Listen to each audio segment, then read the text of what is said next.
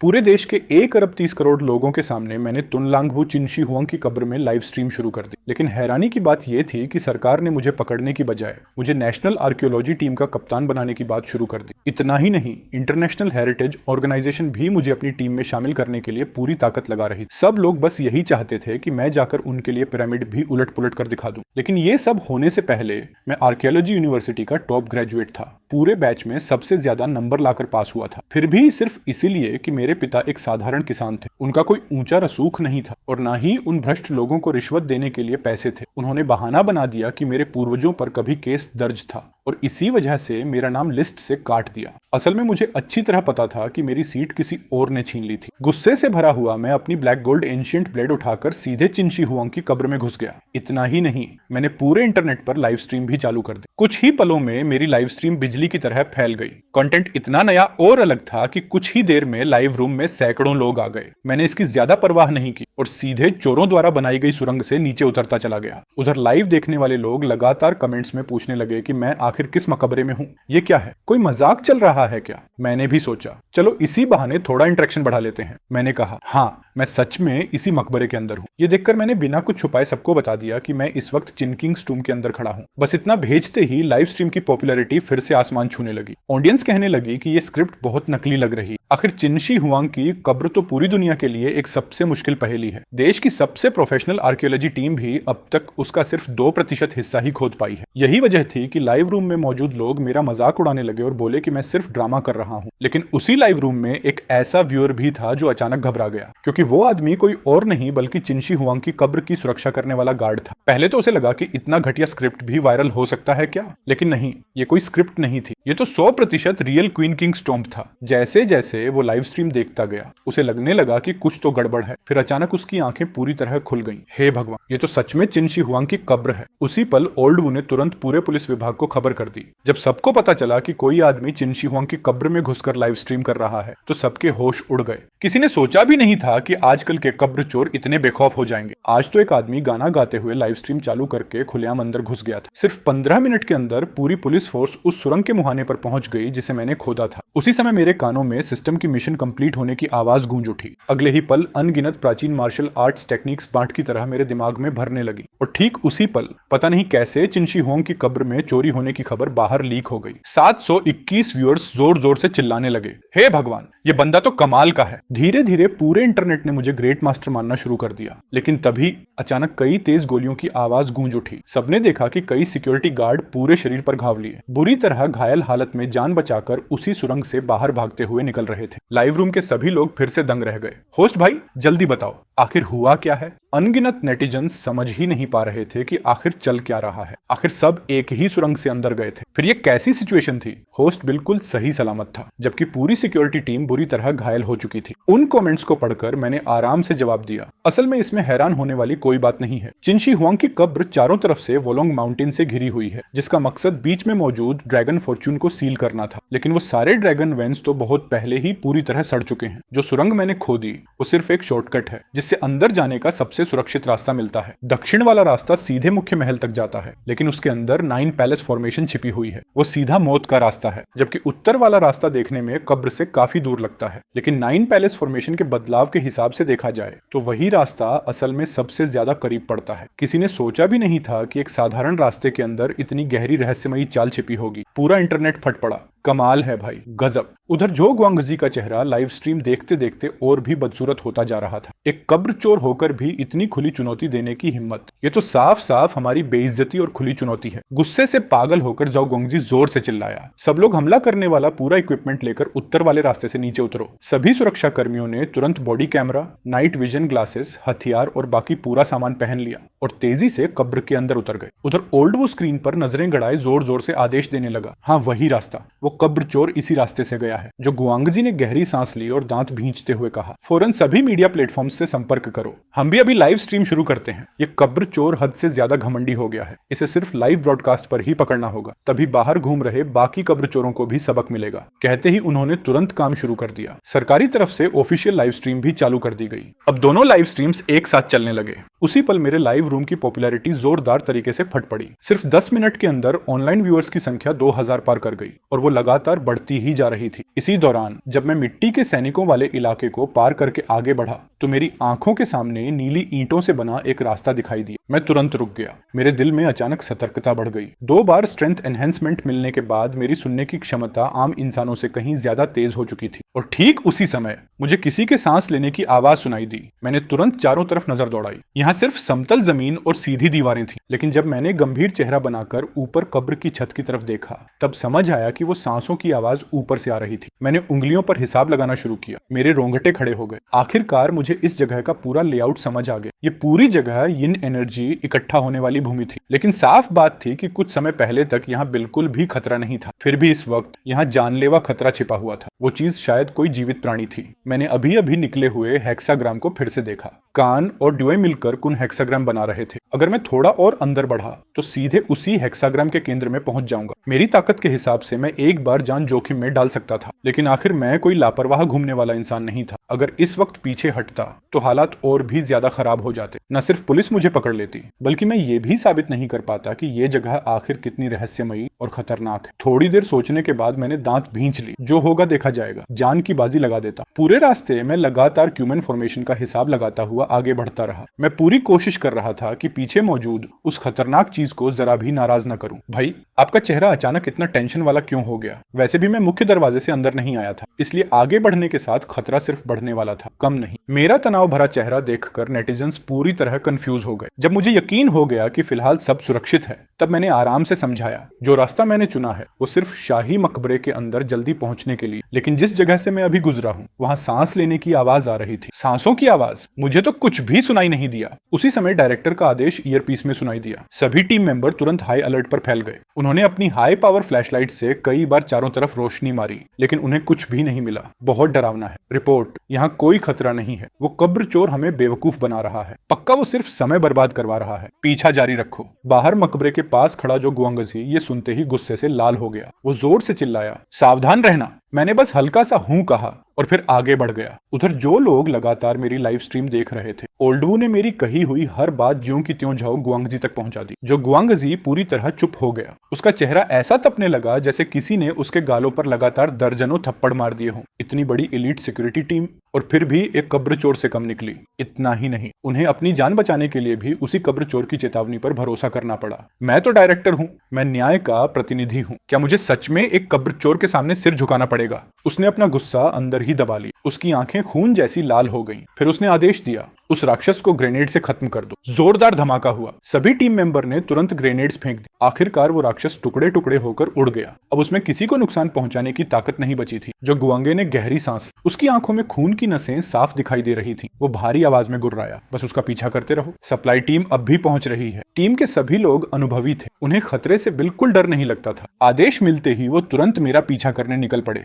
उधर जो गुआंग वेई ने भी तुरंत गोला बारूद पहुंचाने के लिए लोगों को भेज दिया। इसी बीच कुछ दूर चलने के बाद मैं एक ऐसे रास्ते के सामने रुक गया जिसकी ईंटों का रंग बाकी जगह से बिल्कुल अलग था। यहाँ की हर ईंट पहले वाली ईंटों से कहीं ज्यादा बड़ी थी। चाहे कोई इंसान कितना भी लचीला क्यों ना हो, वो एक साथ 2 ईंटों पर पैर नहीं रख सकता था। ये तो फ्लिप ट्रैप है, मैंने खुद से बुदबुदाया। मेरी आंखों में सोच की चमक उभर आई। मैंने पास से मिट्टी के कुछ ढेले उठाए और आगे की तरफ फेंक दिए। जैसे ही मिट्टी का ढेला जमीन पर गिरा, नीचे की पत्थर की स्लैब तुरंत पलट गई। मिट्टी का ढेला सीधा नीचे गिर गया। मैंने मौका देखकर अपनी हाई पावर फ्लैशलाइट नीचे चमकाई। नीचे अनगिनत तेज धार वाले चाकू गड़े हुए थे। हजारों साल बीत जाने के बाद भी उनकी ठंडी और तेज चमक बिल्कुल वैसी ही थी। कुछ ही सेकंड बाद पत्थर की स्लैब फिर से अपनी जगह वापस आ गई। मेरे सामने फिर वही बिल्कुल समतल रास्ता था। कहीं भी कोई दरार या निशान दिखाई नहीं दे रहा था। चैट चैनल तुरंत फट पड़ा। अब तो गए। ये तो बिल्कुल उसी फ्लिप ट्रैप जैसा है जिससे कुछ समय पहले आर्कियोलॉजी टीम का सामना हुआ था। कौन सी ईंट किस तरफ पलटेगी ये पूरी तरह रैंडम है। हर एक ईंट को टेस्ट किए बिना इसका पता लगाना नामुमकिन है। जब सालों पहले चिंशी हुआंग की कब्र की खुदाई हुई थी, तब रास्ता साफ करने गए स्पेशल फोर्सेस के जवान भी वहां अपनी जान गंवाते गंवाते बचे थे। इस फ्लिप ट्रैप ने पूरी आर्कियोलॉजी टीम का दिमाग खराब कर दिया था। और तू जैसा एक मामूली कब्र चोर इसे सुलझाने की सोच रहा है? जो गुआंगजी जोर जोर से हंसने लगा। उसे पूरा यकीन था कि सिर्फ इस फ्लिप ट्रैप की मदद से उस कब्र चोर को पकड़ना बस वक्त की बात है।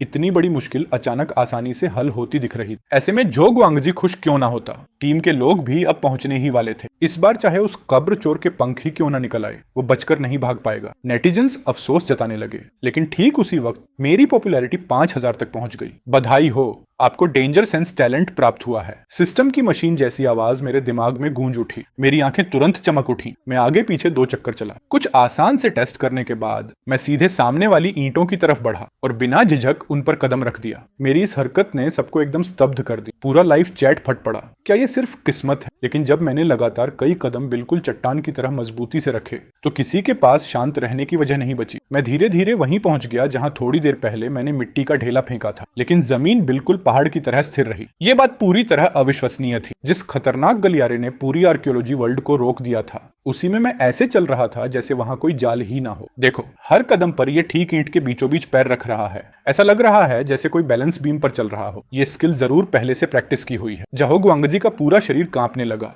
उसकी आंखों में साफ साफ सदमा दिखाई दे रहा था। अब उसे समझ आ चुका था, ये सिर्फ बैलेंस की बात नहीं थी। सबसे बड़ी बात ये थी कि इस आदमी को इस जगह का हर कोना अपनी हथेली की तरह पता था। लाइव चैट में लगातार कमेंट्स आने लगे। इसे ठीक ठीक पता है कि कौन सी जगह ट्रैप चालू करेगी और कौन सी सेफ स्पॉट है। मकबरे के बाहर खड़ा जाओ गुआंगजी स्क्रीन पर मुझे घूरते हुए दांत पीसने लगा। धत्त तेरे की, ये आदमी आखिर है कौन? ये इतनी बेखौफ होकर चिनशी हुआंग की कब्र में लाइव स्ट्रीम कैसे कर सकता है? सिर्फ इस बैलेंस बीम जैसी चाल से ही पता चल जाता है कि इसके पास कितनी जबरदस्त स्किल्स हैं और इसे रास्तों और ट्रैप्स की इतनी गहरी जानकारी है कि इसकी मैकेनिज्म स्किल्स बेहद खतरनाक लेवल की है। लेकिन इतना काबिल इंसान आर्कियोलॉजी टीम में अप्लाई क्यों नहीं करता? क्या इसे लगता है कि सिलेक्शन इतना मुश्किल है, या फिर इसके पूरे खानदान का काम ही कब्र चोरी रहा है, इसलिए इसका रिकॉर्ड साफ नहीं हो सकता? लेकिन अगर ऐसा भी है तो हमारी आर्कियोलॉजी टीम कभी किसी के पुराने पास्ट की वजह से भेदभाव नहीं करती। क्या हम सच में ऐसे टैलेंट को मना कर देंगे? उसने एक के बाद एक सवाल दाग। ये 5 सवाल उसके दिल में पिछले कई घंटों से जमा सारी उलझन और नाराजगी को दिखा रहे थे। अगर तू इतना काबिल है और सच में आर्कियोलॉजी टीम में आना चाहता है तो मैं शर्त लगाता हूँ, तुझे रोकने की हिम्मत किसी में नहीं हो। तू तो पूरे अनिमस वोट से सेलेक्ट हो जाएगा। फिर आखिर तूने कब्र चोरी का रास्ता ही क्यों चुना? लाइव चैट फिर फट पड़ा। मैं 100 तलवारें गिफ्ट करता हूँ, कमाल कर दिया। कब्र चोरी करना ही काफी नहीं था, ऊपर से लाइव स्ट्रीम भी खोल ली। क्या ये हमें बिल्कुल हल्के में ले रहा है? जाहो गुआंगजी अंदर से बुरी तरह टूट चुका था। आखिरकार लाल आंखों के साथ उसने दांत भींचे और आर्कियोलॉजी टीम के एक प्रोफेसर को फोन मिलाया। ओल्ड जांग, शाही मकबरे का फ्लिप फ्लोर ट्रैप किसी ने पार कर लिया है।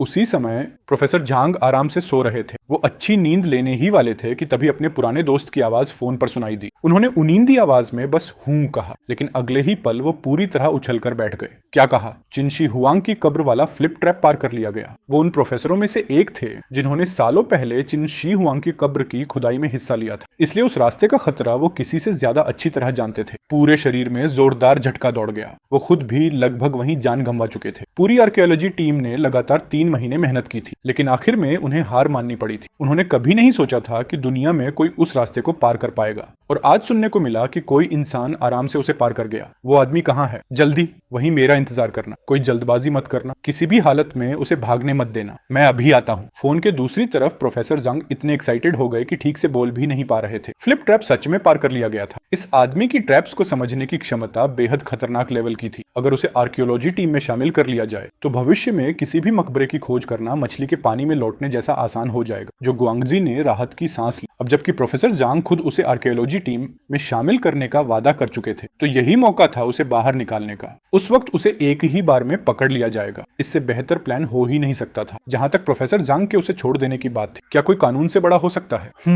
इतने सबूत होने के बाद भी क्या मैं तुझे सजा नहीं दिला पाऊंगा? इस बार जीत पक्की है। 15 मिनट बाद प्रोफेसर जांग तेजी से लीशान माउंटेन की तलहटी में पहुंच गए। यही है वो लड़का जिसके बारे में आप बता रहे थे। ओल्ड वो के फोन पर चल रही लाइव स्ट्रीम को घूरते हुए फिर सामने बने कब्र चोर के गड्ढे को देखकर प्रोफेसर जांग की आंखें पूरी तरह फैल गईं। कब्र चोरी करने आया है और ऊपर से लाइव स्ट्रीम भी चला रखी है। इतना घमंडी तो कोई हो ही नहीं सकता। सुना है ये लड़का सिर्फ अंदर घूमकर देखने आया है। अब तक इसने किसी भी पुरावशेष को नुकसान नहीं पहुंचाया। ये सुनकर प्रोफेसर जांग कुछ पल के लिए चुप रह गए। फिर उनकी आंखों में अचानक बेहद खुशी चमक उठी। अगर इसका मकसद सिर्फ पुरावशेषों की रक्षा करना है तो बात करके सब समझाया जा सकता है। आखिर ये सिर्फ जिज्ञासा में अंदर देखने ही तो गया है। जब उन्होंने स्क्रीन पर फ्लिप फ्लोर ट्रैप देखा तो उस मास्क पहने नौजवान के पैरों के नीचे जैसे वो ट्रैप था ही नहीं। अब उन्हें पूरा यकीन हो गया कि इस लड़के की मैकेनिज्म स्किल्स बेहद ऊंचे स्तर की हैं। बहुत मुमकिन है कि यह 1000 साल में पैदा होने वाला एक जीनियस हो, बस इसने सच में कब्र चोरी ना की हो। तो चाहे कुछ भी हो जाए, मैं इसे हर हाल में छुड़वाऊंगा। जाऊंगा। आर्कियोलॉजी वर्ल्ड को ऐसे ही टैलेंट्स की बहुत जरूरत है। इस वक्त प्रोफेसर जांग के दिमाग में इसके अलावा और कोई ख्याल नहीं था। थोड़ी ही देर बाद किसी ने उनके लिए एक लाउड स्पीकर ला दिया। नौजवान, हमारी आर्कियोलॉजी टीम में शामिल हो जाओ। मैं लिशन आर्कियोलॉजी टीम का जंग जांगो हूँ। हमारी टीम को तुम्हारे जैसे टैलेंट्स की बहुत जरूरत है। हर महीने 20,000 युआन सैलरी मिलेगी, रहना खाना फ्री होगा, पूरा इंश्योरेंस मिलेगा, बाकी सारे बेनिफिट्स भी पूरे मिलेंगे। जरा सोच कर देखो, बस तुम्हारे मन में पुरावशेषों की रक्षा करने की सोच होनी चाहिए। बिना नुकसान पहुंचाए नियमों के अनुसार एक्सप्लोरेशन करो, फिर सब कुछ किया जा सकता है। मैं जांग जियांगो खुद तुम्हारी गारंटी लेता हूँ। नौजवान, लाउड स्पीकर की आवाज इतनी तेज थी कि मैं उसी वक्त फ्लिप ट्रैप वाले रास्ते पर चल रहा था और साफ साफ सब सुन लिया। उधर चैट चैनल पूरी तरह फट पड़ा। कमाल कर दिया भाई, आर्कियोलॉजी टीम का प्रोफेसर खुद तुम्हें गवर्नमेंट जॉब देने आया है। सीधे आम आदमी से गवर्नमेंट एम्प्लॉय बनने का मौका है। अब भी मना करेगा क्या? नेटिजन्स बुरी तरह एक्साइटेड हो गए। ये भाई इतना जबरदस्त है कि प्रोफेसर खुद इसे रिक्रूट करने आ गए। पक्का इसके पास अभी भी बहुत सी हिडन स्किल्स हैं। धीरे धीरे और ज्यादा लोग मुझे बाहर आने की सलाह देने लगे। बस टीम में ज्वाइन कर लो, फिर आगे भी हम सबको ऐसी शानदार लाइव स्ट्रीम्स देखने को मिलेंगी। मैंने साफ जवाब दिया, नहीं जाऊंगा। पूरा चैट चैनल एक पल के लिए जम गया। भाई इतनी शानदार पहचान मिल रही है, फिर भी मना कर दिया।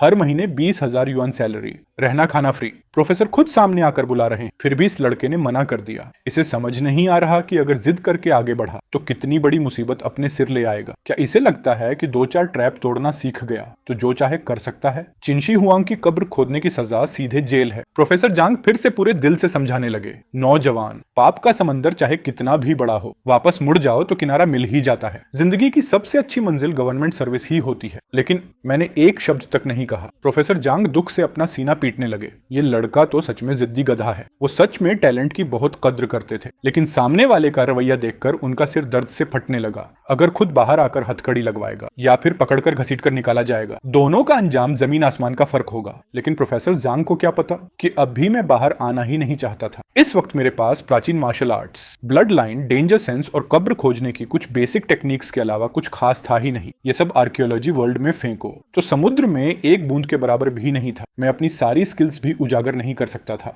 कहीं गलती से कुछ ज्यादा बोल गया तो मुसीबत हो जाती। इसीलिए दिल में एक्साइटमेंट होने के बावजूद मैंने अपना चेहरा पूरी तरह ठंडा और एक्सप्रेशनलेस बनाए रखा। थोड़ा और इंतजार करता हूँ, जब व्यूअर्स और बढ़ जाएंगे और ज्यादा रिवॉर्ड्स मिल जाएंगे या फिर इस मकबरे के कुछ और ट्रैप्स तोड़ दूं, तब बाहर निकलूंगा। उस वक्त मेरा नाम हर जगह गूंजेगा। भला प्रोफेसर जांग मेरे मन की बात कैसे जान सकते थे? इस समय तो वो खुद पूरी तरह परेशान थे। क्या ये लड़का सच में सिर्फ जिज्ञासा में नीचे उतर आया था या फिर इसे हमारी ऑफर कम लग रही? यहाँ तक कि प्रोफेसर जांग भी पूरी तरह कंफ्यूज हो गए। इतनी अच्छी ऑफर देने के बाद भी इसने मना कर दिया। मामला अब गंभीर हो गया। उधर जोगवांगजी का चेहरा पूरी तरह काला पड़ गया। शुरुआत में ही उनका प्लान फेल हो चुका था। तभी ईयरपीस में एक टीम मेंबर की बेबस आवाज सुनाई दी, सर, इस फ्लिप ट्रैप वाले रास्ते को हम बिल्कुल भी पार नहीं कर पा रहे हैं। जहां गुआंगजी काफी देर तक चुप रहे, फिर उन्होंने आदेश दिया, सब अपनी अपनी पोजीशन पर ही रुके रहो, मैं कोई दूसरा तरीका सोचता हूँ। फिर उन्होंने प्रोफेसर जांग की तरफ मुड़कर पूछा, अगर हम मेन गेट से अंदर जाएं तो क्या उसे आगे से रोक सकते हैं? प्रोफेसर जांग ने कुछ पल सोचा, फिर धीरे से सिर हिला दिया।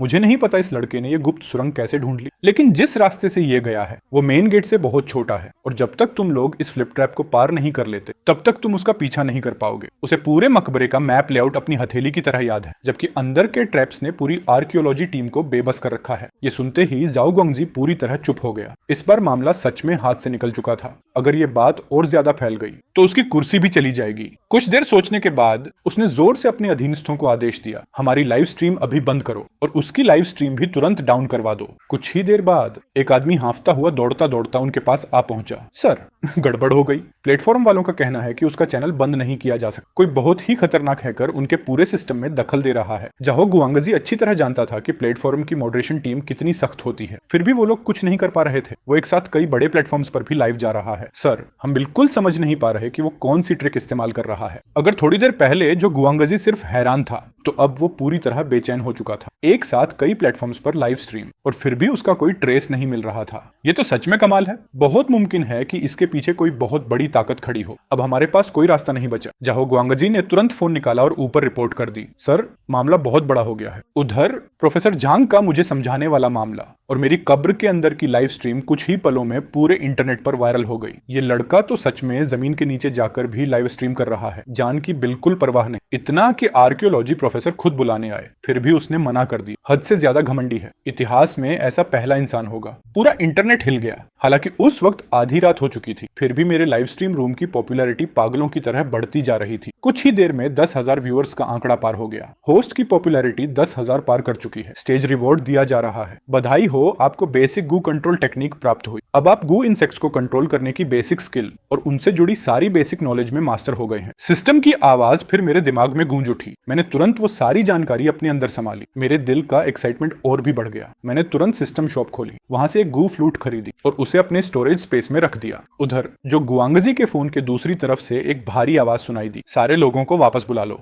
वैनगार्ड टीम निकल चुकी है। वैनगार्ड टीम वही स्पेशल फोर्स थी जिसका नाम सुनते ही बड़े बड़े अपराधियों के भी पसीने छूट जाते थे। उनमें से हर एक इंसान क्लोज कॉम्बैट, रिकोनाइसेंस और ट्रेडिशनल मार्शल आर्ट्स में सबसे ऊंचे स्तर का एक्सपर्ट था। ऊपर से जो गुआंगजी ने उन्हें पहले ही फ्लिप ट्रैप की वीडियो भेज दी थी। अब उस घुसपैठिए को पकड़ना सिर्फ समय की बात रह गई थी। कुछ ही मिनटों बाद कई ऑफ रोड व्हीकल्स सीधे लिशन माउंटेन की तलहटी में आकर रुक गईं। टीम के कैप्टन ने सलामी दी और तुरंत सबको अलग अलग जिम्मेदारियां बांट दी। आधी टीम सीधे सुरंग के अंदर उतर गई, बाकी आधे लोग स्पेशल वेपन्स तैयार करने लगे। सिर्फ 10 मिनट के अंदर पूरी टीम तैयार हो चुकी थी। कैप्टन ने तुरंत आदेश दिया, लाइव स्ट्रीम फिर से चालू करो। अगर वो घुसपैठियां इतनी बेखौफ होकर लाइव जा सकता है तो हम भी उसी तरीके से उसे पकड़ेंगे और साथ ही बाकी बुरे इरादे रखने वालों को भी सबक सिखाएंगे। यही थी वैनगार्ड टीम की पूरी कॉन्फिडेंस। इस वक्त उनकी लाइव स्ट्रीम में वो लोग फ्लिप ट्रैप वाले इलाके तक पहुंच चुके थे, जहां गुआंगजी की भेजी हुई वीडियो की मदद से टीम के सभी मेंबर्स अपनी जबरदस्त बैलेंस एबिलिटी के सहारे पूरे ट्रैप सिस्टम को बिना डरे पार करने लगे। उनकी चाल बिल्कुल चट्टान जैसी स्थिर थी। वाह भाई, ये टीम तो जबरदस्त है। इनका फुटवर्क उस मास्क वाले भाई से बिल्कुल कम नहीं। स्पेशल फोर्सेस आ गई, अब तो मास्क वाला भाई गया समझो। ज्यादातर नेटिजन्स अब मेरे पक्ष में नहीं थे। आखिर अब तक मैंने सिर्फ ट्रैप्स तोड़ने और बैलेंस दिखाने की ही क्षमता दिखाई थी, लेकिन एब्सोल्यूट पावर के सामने ये सारी ट्रिक्स किसी काम की नहीं थी। कुछ लोग तो मुझे सलाह भी देने लगे, भाई चुपचाप हाथ ऊपर करके सरेंडर कर दो, कम से कम मार तो नहीं खानी पड़ेगी। लेकिन मैं बिल्कुल भी परेशान नहीं। उन्हें क्या पता ये जगह है चिन शी हुआंग की कब्र है। यहाँ 9 पैलेस फॉर्मेशन की परत दर परत बनी हुई संरचना है। हर तरफ जहरीले गू इंसेक्ट्स और अनगिनत ट्रैप्स फैले हुए हैं। ये ऐसी चीजें नहीं हैं जिनका इंसानी ताकत से मुकाबला किया जा सके। और यहाँ से ज्यादा दूर नहीं, इस पूरे बागा फॉर्मेशन का केंद्र मौजूद है। अपर दोई, लोअर कान, मर्स वाटर हेक्साग्राम। पीछे वाला मौत का दरवाजा तो सिर्फ शुरुआत थी। अगर यहाँ का पूरा चेन मैकेनिज्म चालू हो गया तो बचने का कोई रास्ता नहीं बचेगा। चाहे पंख निकल आए फिर भी कोई भाग नहीं पाएगा। मैं लगातार आगे बढ़ता गया। तभी मेरी नजर एक बहुत बड़े मकबरे पर पड़ी, जो बाकी हिस्सों से पूरी तरह अलग बना हुआ था। सबसे पीछे वाली दीवार पर एक बेहद विशाल म्यूरल उकेरी हुई थी। अरे देखो,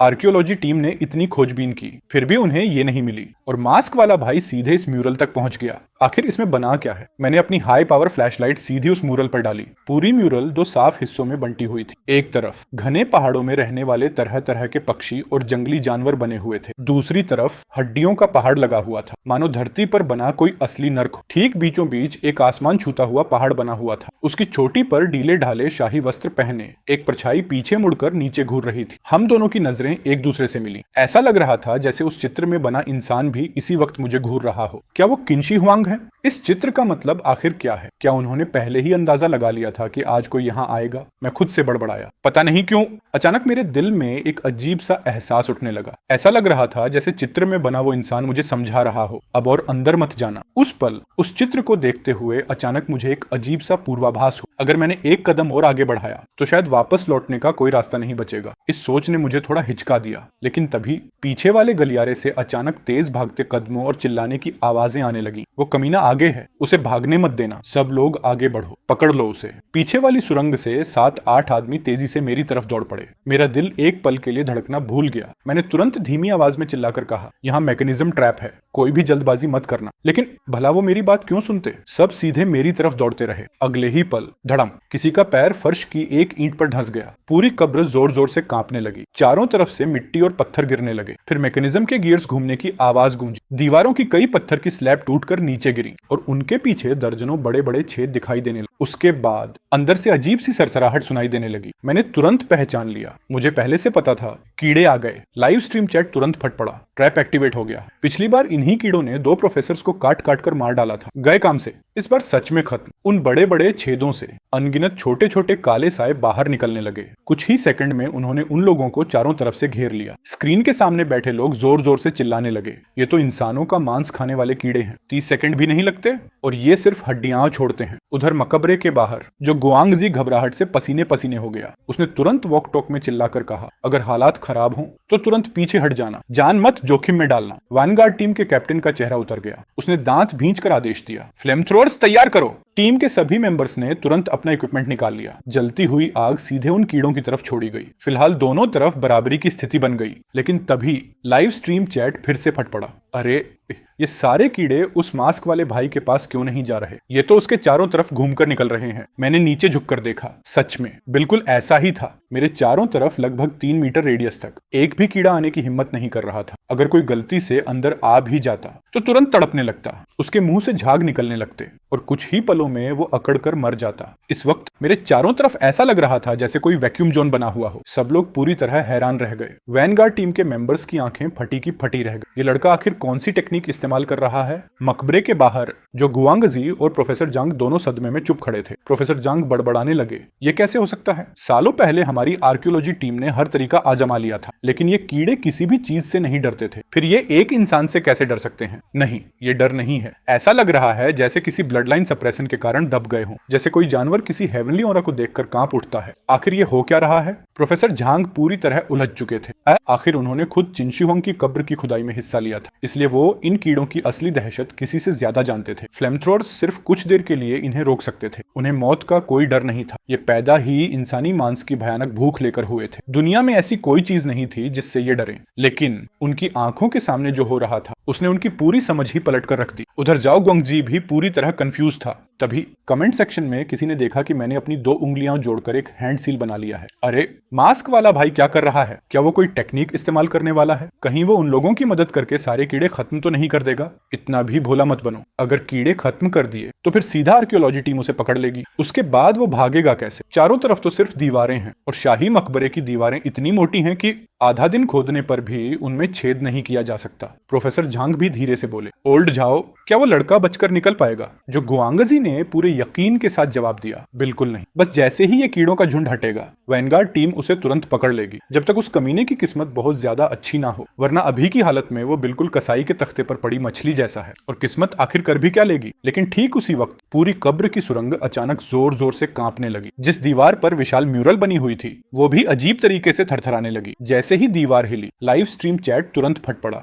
ये क्या हो रहा है? क्या अब कोई और मॉन्स्टर आने वाला है? यार हद है। अभी तो कहा था कि यहाँ काफी सेफ है, लेकिन मैं बिना जरा भी डरे अपना हैंड सील बनाकर टेक्निक चलाता रहा। कड़क एक तेज आवाज गूंजी। विशाल म्यूरल के बीच अचानक एक लंबी दरार पड़ गई। गया इतना कीमती पुरावशेष खत्म हो गया। मकबरे के बाहर जो गुआंगजी और प्रोफेसर जांग दोनों की आंखें फटी रह गईं। प्रोफेसर जांग की आंखें तो पल भर में लाल हो गईं। कड़क कड़क धड़ाम धड़ाम चारों तरफ मिट्टी और पत्थर गिरने लगे। पूरी की पूरी विशाल दीवार भर-भराकर ढह गई और उसके पीछे एक बेहद गहरी सुरंग सबके सामने दिखाई देने लगी। वापस आओ। मैंने अपनी कमर से लटका हुआ गॉर्ड उतार लिया। तुरंत दर्जनों छोटे छोटे काले धब्बे किसी अदृश्य ताकत से खींचते हुए मलबे के बीच से उड़कर सीधे उस गोड के अंदर समा गए। मैंने फिर से गोड कमर पर बांध लिया और बिना पीछे देखे सीधे अंदर की तरफ चलता गया। पीछे वाले लोग अब भी उन कीड़ों से जान बचाने की कोशिश कर रहे थे। उधर लाइव स्ट्रीम रूम पूरी तरह फट चुका था। हे भगवान, ये सब सच में उसी मास्क वाले भाई ने किया। सिर्फ 2 मिनट में इसने 2 से 3 मीटर मोटी पत्थर की दीवार तोड़ दी। इतना काम तो 10 ड्रिलिंग मशीन्स भी आधे दिन में नहीं कर पाती।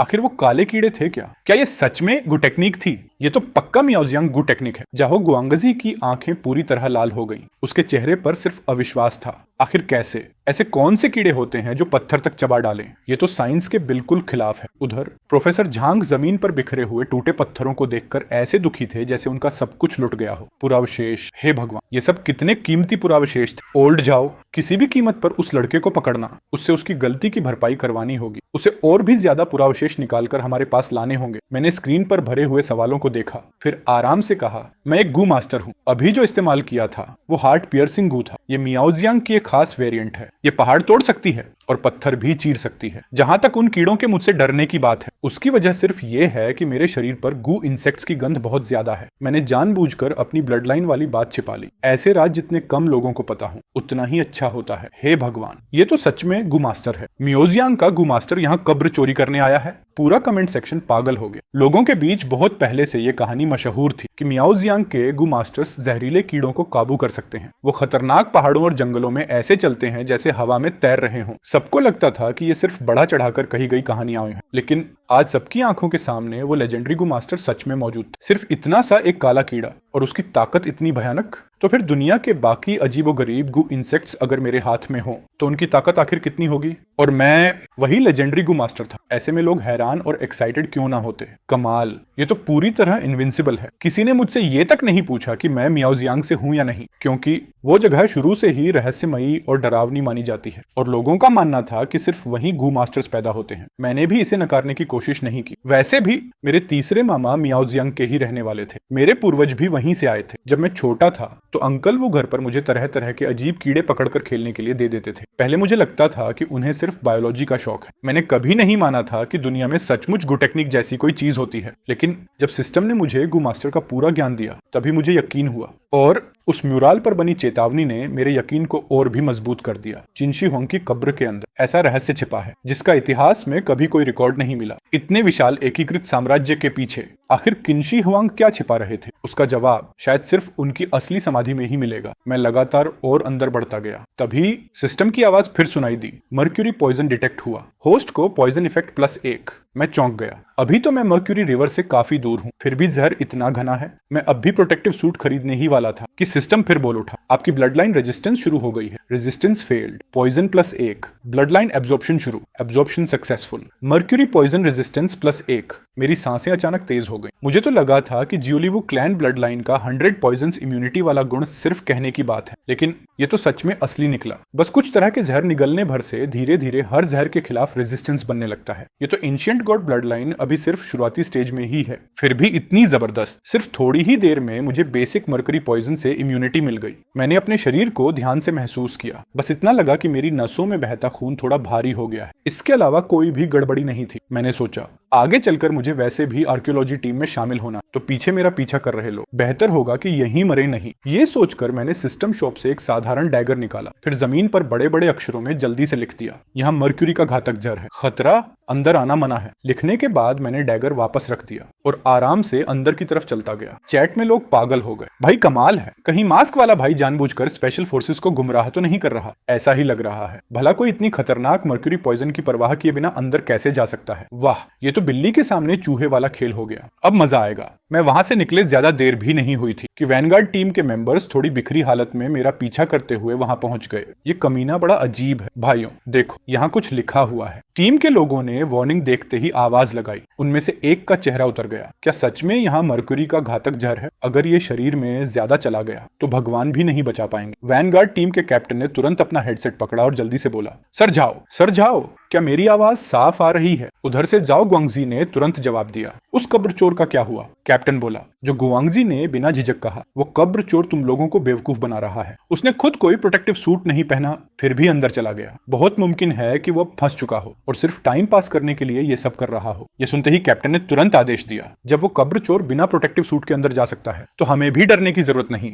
कुछ लोग पीछे रहकर बैकअप देंगे, बाकी सब मेरे साथ उसका पीछा करो। कुछ लोगों को पीछे छोड़कर बाकी 10 से ज्यादा मेंबर्स तेजी से मकबरे के अंदर दौड़ पड़े। लेकिन सिर्फ 10 मिनट भी नहीं बीते थे कि एक टीम मेंबर की सांस अचानक तेज चलने लगी। उसकी छाती सिकुड़ने लगी, उसका सिर घूमने लगा। पीछे चल रहा दूसरा मेंबर सीधे जमीन पर गिरकर बेहोश हो गया। आगे चल रहे कैप्टन ने पीछे मुड़कर देखा। उसने पाया कि पीछे वाले सभी मेंबर्स के चेहरे बिल्कुल पीले पड़ चुके थे। कैप्टन का चेहरा बदल गया। वो जोर से चिल्लाया, बुरा हो गया, ये मर्क्यूरी पॉइजन है। मर्क्यूरी पॉइजनिंग 2 तरह की होती है, एक्यूट और क्रोनिक। ये इंसान के respiratory system, nervous system, digestive system और एक्सक्रीटरी सिस्टम को नुकसान पहुंचाती है। मिलिट्री एकेडमी में ये सब पढ़ाया जाता था, इसलिए हर किसी को इसके सिम्टम्स अच्छी तरह पता थे। उन्हें लगा था कि वो कब्र चोर सिर्फ समय बर्बाद कर रहा है, लेकिन यहाँ सच में मर्क्यूरी का घातक जहर मौजूद था। मेंबर्स की हालत झूठ नहीं हो सकती थी। ये पक्का मर्क्यूरी पॉइजनिंग था। अगर इसी तरह आगे बढ़ते रहे तो शरीर को ऐसा नुकसान होगा जो कभी ठीक नहीं होगा। कैप्टन ने तुरंत आदेश दिया, सांसों की रफ्तार कंट्रोल करो, कम से कम हवा अंदर लो। सब लोग तुरंत पीछे हटो।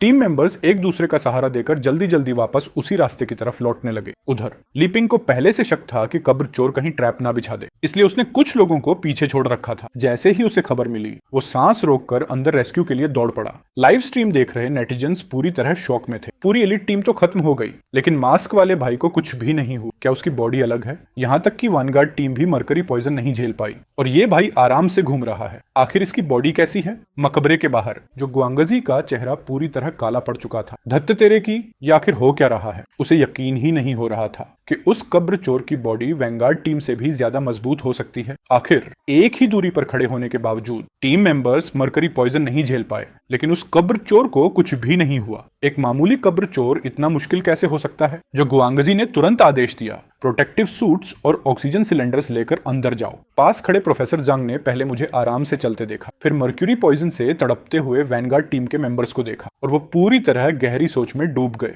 ये लड़का क्या सच में इंसान है या कोई मॉन्स्टर? 10 मिनट बाद मर्क्यूरी पॉइजन से प्रभावित सभी मेंबर्स एक एक करके बाहर निकल आए। जो गुआंगजी द्वारा भेजी गई सप्लाई भी फ्लिप ट्रैप वाली सुरंग तक पहुंच चुकी थी। वैनगार्ड टीम ने इक्विपमेंट लिया, ट्रैप वाले कॉरिडोर को पार किया और वहीं एक दूसरे की फर्स्ट एड शुरू कर दी। जिन लोगों को पॉइजन ज्यादा हुआ था उनकी हालत कुछ सुधर गई, लेकिन अगर उन्हें समय पर हॉस्पिटल नहीं पहुंचाया गया तो अभी भी खतरा बना हुआ था। कुछ ही देर में ज्यादातर मेंबर्स फिर से चलने लायक हो गए। जहां गुआंगजी की टीम ने रस्सियों और लकड़ी के तख्तों की मदद से गंभीर रूप से जहरीले मेंबर्स को बाहर निकालना शुरू किया। जो लोग पहले से बाहर मौजूद थे उन्हें कैप्टन ने वाइस कैप्टन लीपिंग के हवाले कर दिया। बाकी 6 मेंबर्स ने प्रोटेक्टिव सूट पहना और फिर से मेरा पीछा करने निकल पड़े। सिर्फ इस एक अफरा तफरी में चाहे कितनी भी जल्दी की गई हो, करीब 1 घंटा बर्बाद हो चुका था। चैट में लोग लगातार लिख रहे थे ये सच में मर्क्यूरी पॉइजन था, लेकिन मास्क वाला भाई तो जैसे उसकी बिल्कुल परवाह ही नहीं कर रहा। कमाल है। ऑडियंस अब भी शौक में डूबे हुए थे क्योंकि मास्क वाला भाई मर्क्यूरी के घातक जहर को पूरी तरह इग्नोर करके आगे बढ़ता जा रहा था। उधर मैं जितना अंदर जाता गया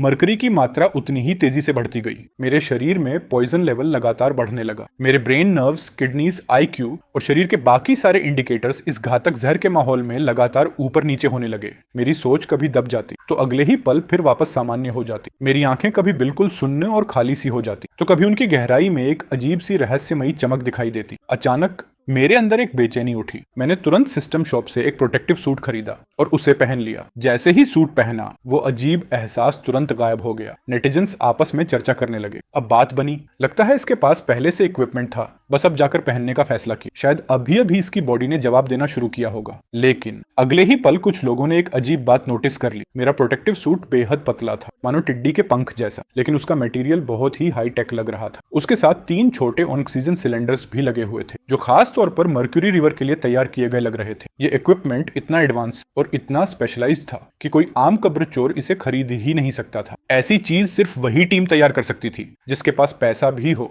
और रिसर्च करने की ताकत भी। रुको जरा, मर्क्यूरी रिवर के लिए स्पेशल तैयारी? जैसे ही लोगों को ये पॉइंट समझ आया पूरा इंटरनेट सन्न रह गया। लाइव स्ट्रीम चैट पल भर में शांत हो गई। पूरा माहौल अचानक अजीब तरह से ठंडा पड़ गया। मैंने चैट देखी और बेबस होकर एक लंबी सांस ली। मेरे एडवांस्ड प्रोटेक्टिव सूट का राज आखिर खुल ही गया। अगले ही पल पूरा लाइव स्ट्रीम फिर से फट पड़ा। इतना हाई एंड इक्विपमेंट लेकर भी कह रहे हो कि तुम टॉम रॉबर नहीं हो? ये इक्विपमेंट तो शायद स्पेशल फोर्सेस से भी ज्यादा एडवांस है। अब तो साफ सबूत सामने है। होस्ट भाई, इस बार तो आपने हमें अच्छी तरह बेवकूफ बनाया। मकबरे के बाहर जो गुआंगजी की आंखें पूरी तरह लाल हो चुकी थी, उसने दुख और गुस्से से कहा, प्रोफेसर झांग, अब तो आपने खुद देख लिया ना, ये लड़का पक्का टॉम रॉबर है। अब हमें इसे बाहर निकालने की स्ट्रेटेजी बनानी चाहिए।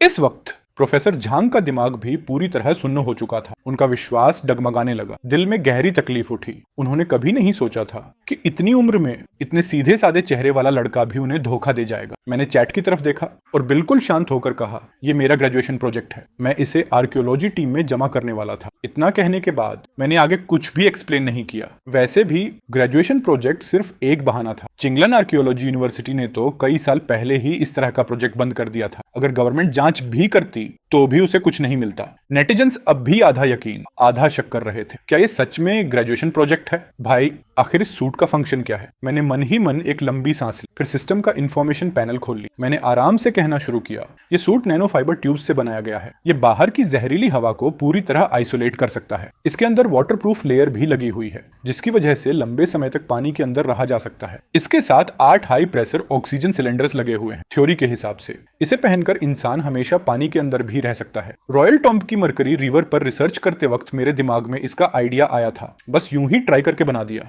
इसमें कोई बड़ी बात नहीं। इसके बाद मैंने लगातार इसके मटेरियल फंक्शंस और पूरे मैन्युफैक्चरिंग प्रिंसिपल के बारे में विस्तार से बताना शुरू कर दिया। शुरुआत में किसी ने भरोसा नहीं किया, लेकिन जब मैंने हर चीज स्टेप बाय स्टेप पूरी डिटेल के साथ समझाई तो नेटिजन्स की सांसें तेज हो गईं। उधर मकबरे के बाहर खड़े प्रोफेसर जंग की आंखें पूरी तरह फैल गईं। वो कांपती आवाज में बड़बड़ाए, ये तो वही आइडिया है जो मेरे टीचर ने कई साल पहले दिया था, लेकिन टेक्निकल प्रॉब्लम्स की वजह से आज तक आर्कियोलॉजी टीम का रिसर्च डिपार्टमेंट इसे बना नहीं पाया, और आज एक यूनिवर्सिटी स्टूडेंट ने इसे इतने परफेक्ट तरीके से डिजाइन कर दिया। वो एक्साइटमेंट से पूरा कांपने लगे। असल प्रॉब्लम यही थी कि आर्कियोलॉजी टीम लंबे समय तक चिंशी हुआंगटूम के अंदर इसलिए नहीं जा पाती थी क्योंकि वो मर्क्यूरी पॉइजन को झेल ही नहीं सकती थी। साधारण प्रोटेक्टिव सूट्स का वहां कोई काम नहीं था। ये कॉन्सेप्ट वाला सूट सालों से एक्सकवेशन का सबसे बड़ा टेक्निकल बॉटलनेक था, और आज वो सूट उनकी आंखों के सामने मौजूद था। लाइव स्ट्रीम में मौजूद एक्सपर्ट्स भी पूरी तरह हिल गए। इतने सालों से पूरी आर्कियोलॉजी टीम जिस टेक्निकल प्रॉब्लम में फंसी थी उसे इस लड़के ने अकेले सॉल्व कर दिया। ये तो नैनो टेक्नोलॉजी लेवल की चीज है। भाई,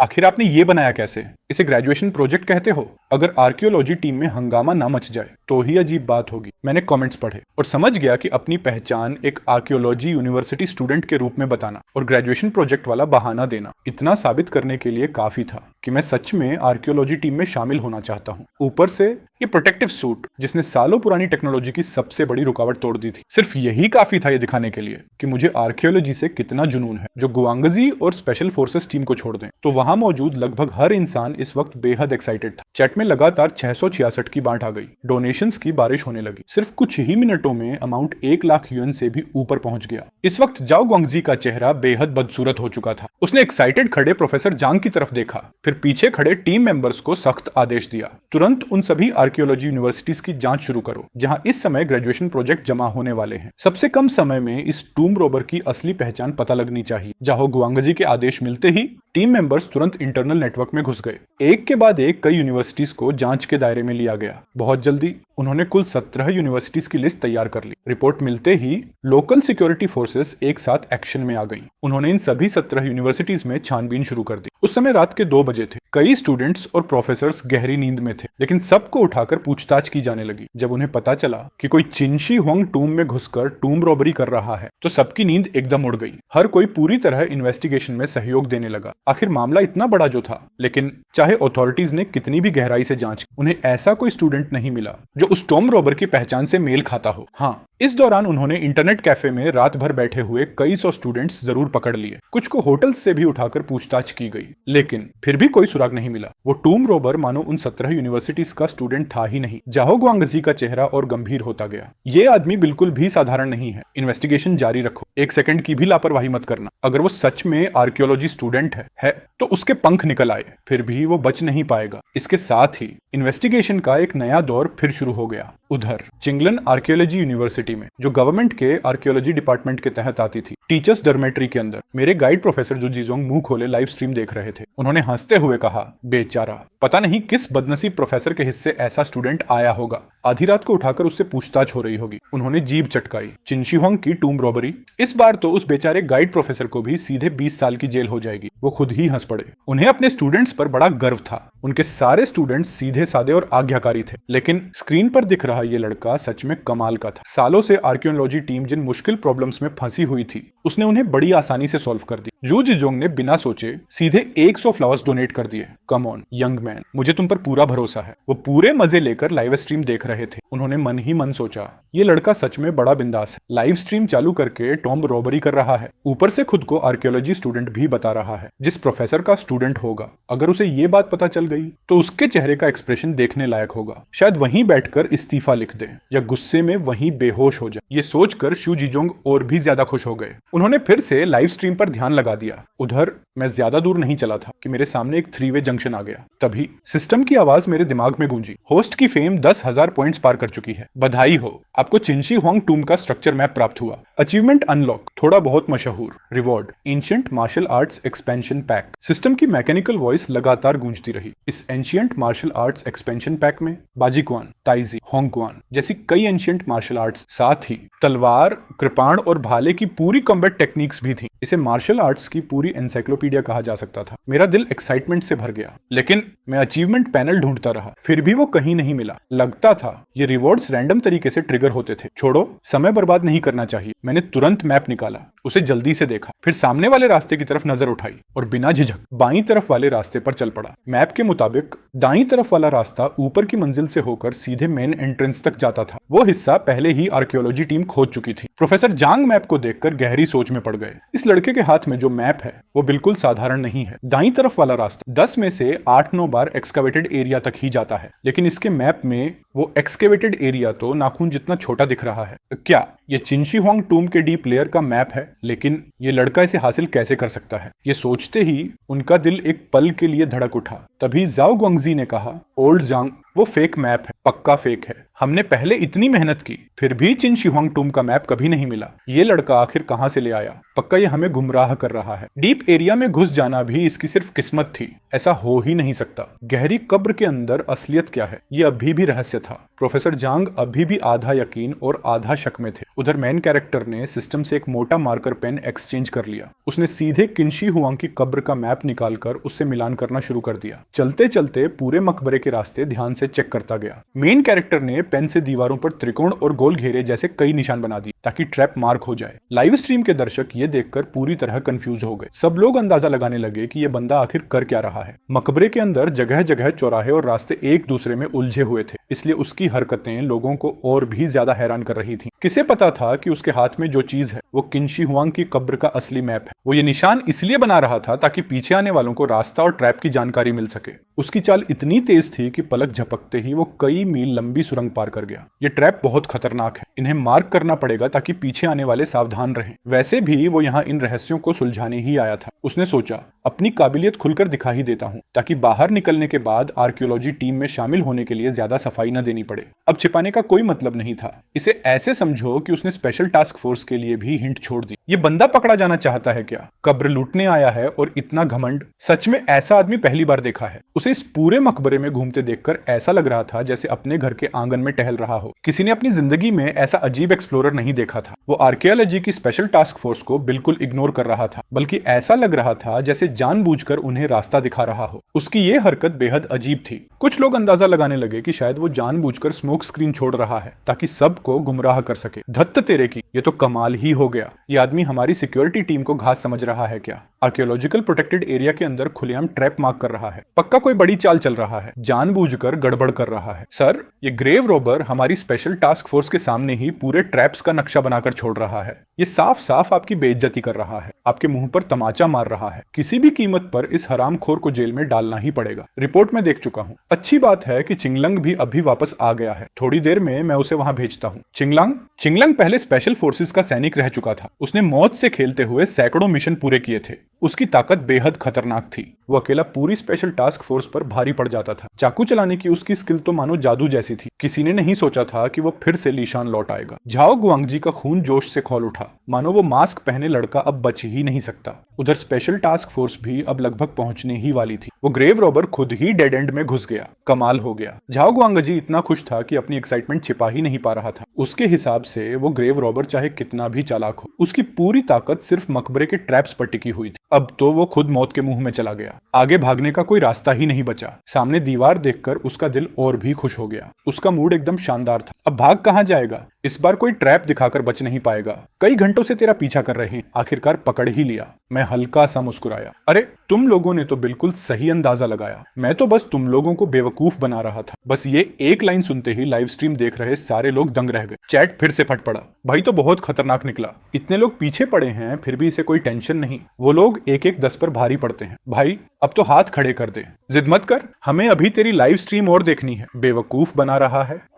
हरामखोर। देखते हैं तेरी मुट्ठी ज्यादा मजबूत है या तेरी जुबान। सब लोग हमला करो। आह, उनका तालमेल गजब का था। कोई आम इंसान एक ही बार में खत्म हो जाता। चैट फिर से फट पड़ा। 7 लोग मिलकर एक पर हमला? इतनी भी क्या जरूरत थी? अब तो भाई गया। पहले ही सरेंडर कर देता तो ठीक रहता। इसे मार ही मत डालना। हमें इसकी लाइव स्ट्रीम अभी और देखनी है। धत। आह आह, अगले ही पल मैंने हमला कर दिया। ताई ची के यिन यांग मूवमेंट का इस्तेमाल करते हुए मैंने उसकी ताकत उसी पर पलट दी। घुटने का जोर बढ़ाया, उसे कसकर पकड़ा और हवा में उछाल दिया। उसी समय मैंने एक स्मूथ स्वीप किक मारी और उसके बाद बिना किसी रहम के जोर से पैर दे मारा। राख, हड्डी टूटने की साफ आवाज गूंज उठी। उसी वक्त आखिरी आदमी का हमला भी पहुंच गया। मैं एक बेहद अजीब पोजीशन में उसके बिल्कुल सामने पहुंचा, उसकी कलाई पकड़कर उसकी पूरी ताकत खत्म कर दी, फिर एक जोरदार पाल्म स्ट्राइक मारकर उसे दूर उड़ा दी। उसकी बॉडी का बैलेंस पूरी तरह बिगड़ गया। मेरी आंखों में ठंडी चमक उभरी। मैं एक कदम आगे बढ़ा, कमर और पैरों की पूरी ताकत एक साथ लगाई और उसकी छाती के बीचों बीच एक जबरदस्त एल्बो स्ट्राइक दे मारी। धड़म।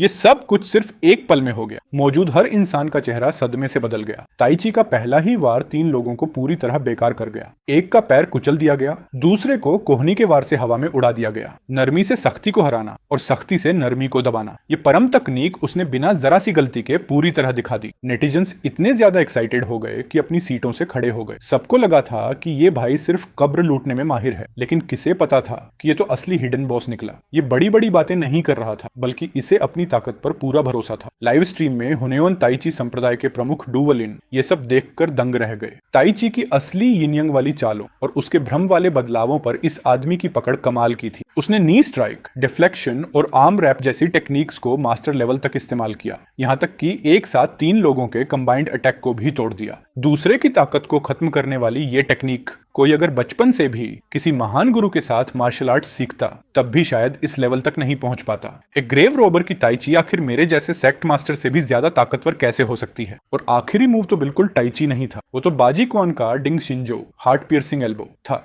ताई ची और बाजी क्वान को एक साथ इतनी परफेक्ट तरह से मिला देना, इस आदमी की मार्शल आर्ट्स स्किल तो पीक रेलम तक पहुंच चुकी है। सच में ये तो बिल्कुल टॉप लेवल है। ये खबर तुरंत ट्रेडिशनल मार्शल आर्ट्स ग्रुप्स के चैट में फैल गई। एक के बाद एक कई सेक्ट मास्टर्स लाइव स्ट्रीम में घुस आए। जैसे ही उन्होंने फाइट देखी, सबके दिल जोर जोर से धड़कने लगे। ये कैसे हो सकता है? इसका बाजी क्वान तो मुझसे भी ज्यादा खतरनाक और डोमिनेटिंग है, और ये होंग क्वान, ये तो हमारी फैमिली स्टाइल की एग्जैक्ट कॉपी है। हमारे फैमिली मार्शल आर्ट्स इसे कैसे आते हैं? हर मार्शल आर्ट्स स्कूल की सीक्रेट टेक्निक्स बाहर नहीं सिखाई जाती थी, लेकिन इस समय वो सारी टेक्निक्स एक ही इंसान के शरीर में इकट्ठी थी, और वो उन्हें इतनी स्मूथ तरीके से इस्तेमाल कर रहा था कि यकीन करना मुश्किल था। ऐसा लग रहा था जैसे उसने हर मार्शल आर्ट को पूरी तरह समझकर एक साथ फ्यूज कर दिया हो, एक अकेला 7 लोगों के खिलाफ। 1 मिनट भी नहीं लगा, फाइट खत्म हो गई। 7 लोग एक झटके में धराशायी हो गए। पुरानी कब्र के अंदर मैंने हाथ रोक लिया। वो 7 जमीन पर पड़े कराह रहे थे। रेंगने की भी ताकत नहीं बची। चैट पागलों की तरह स्क्रॉल होने लगी। कब्र के बाहर खड़ा झाओ गुआंगजी अनजाने में एक लंबी सांस निकल गया। उसके दिल में एक अजीब सा डर भर गया। होस्ट का अटेंशन 30,000 पार कर चुका है। जैसे जैसे लाइव स्ट्रीम का टाइम बढ़ रहा था, वैसे वैसे अटेंशन पॉइंट्स भी तेजी से बढ़ रहे थे। सिस्टम की आवाज लगातार मेरे दिमाग में गूंज रही थी। मेन कैरेक्टर ने सिस्टम स्टोर से कागज और पेन निकाला, फिर उसने एक एक करके पूरी टीम की नब्ज देखी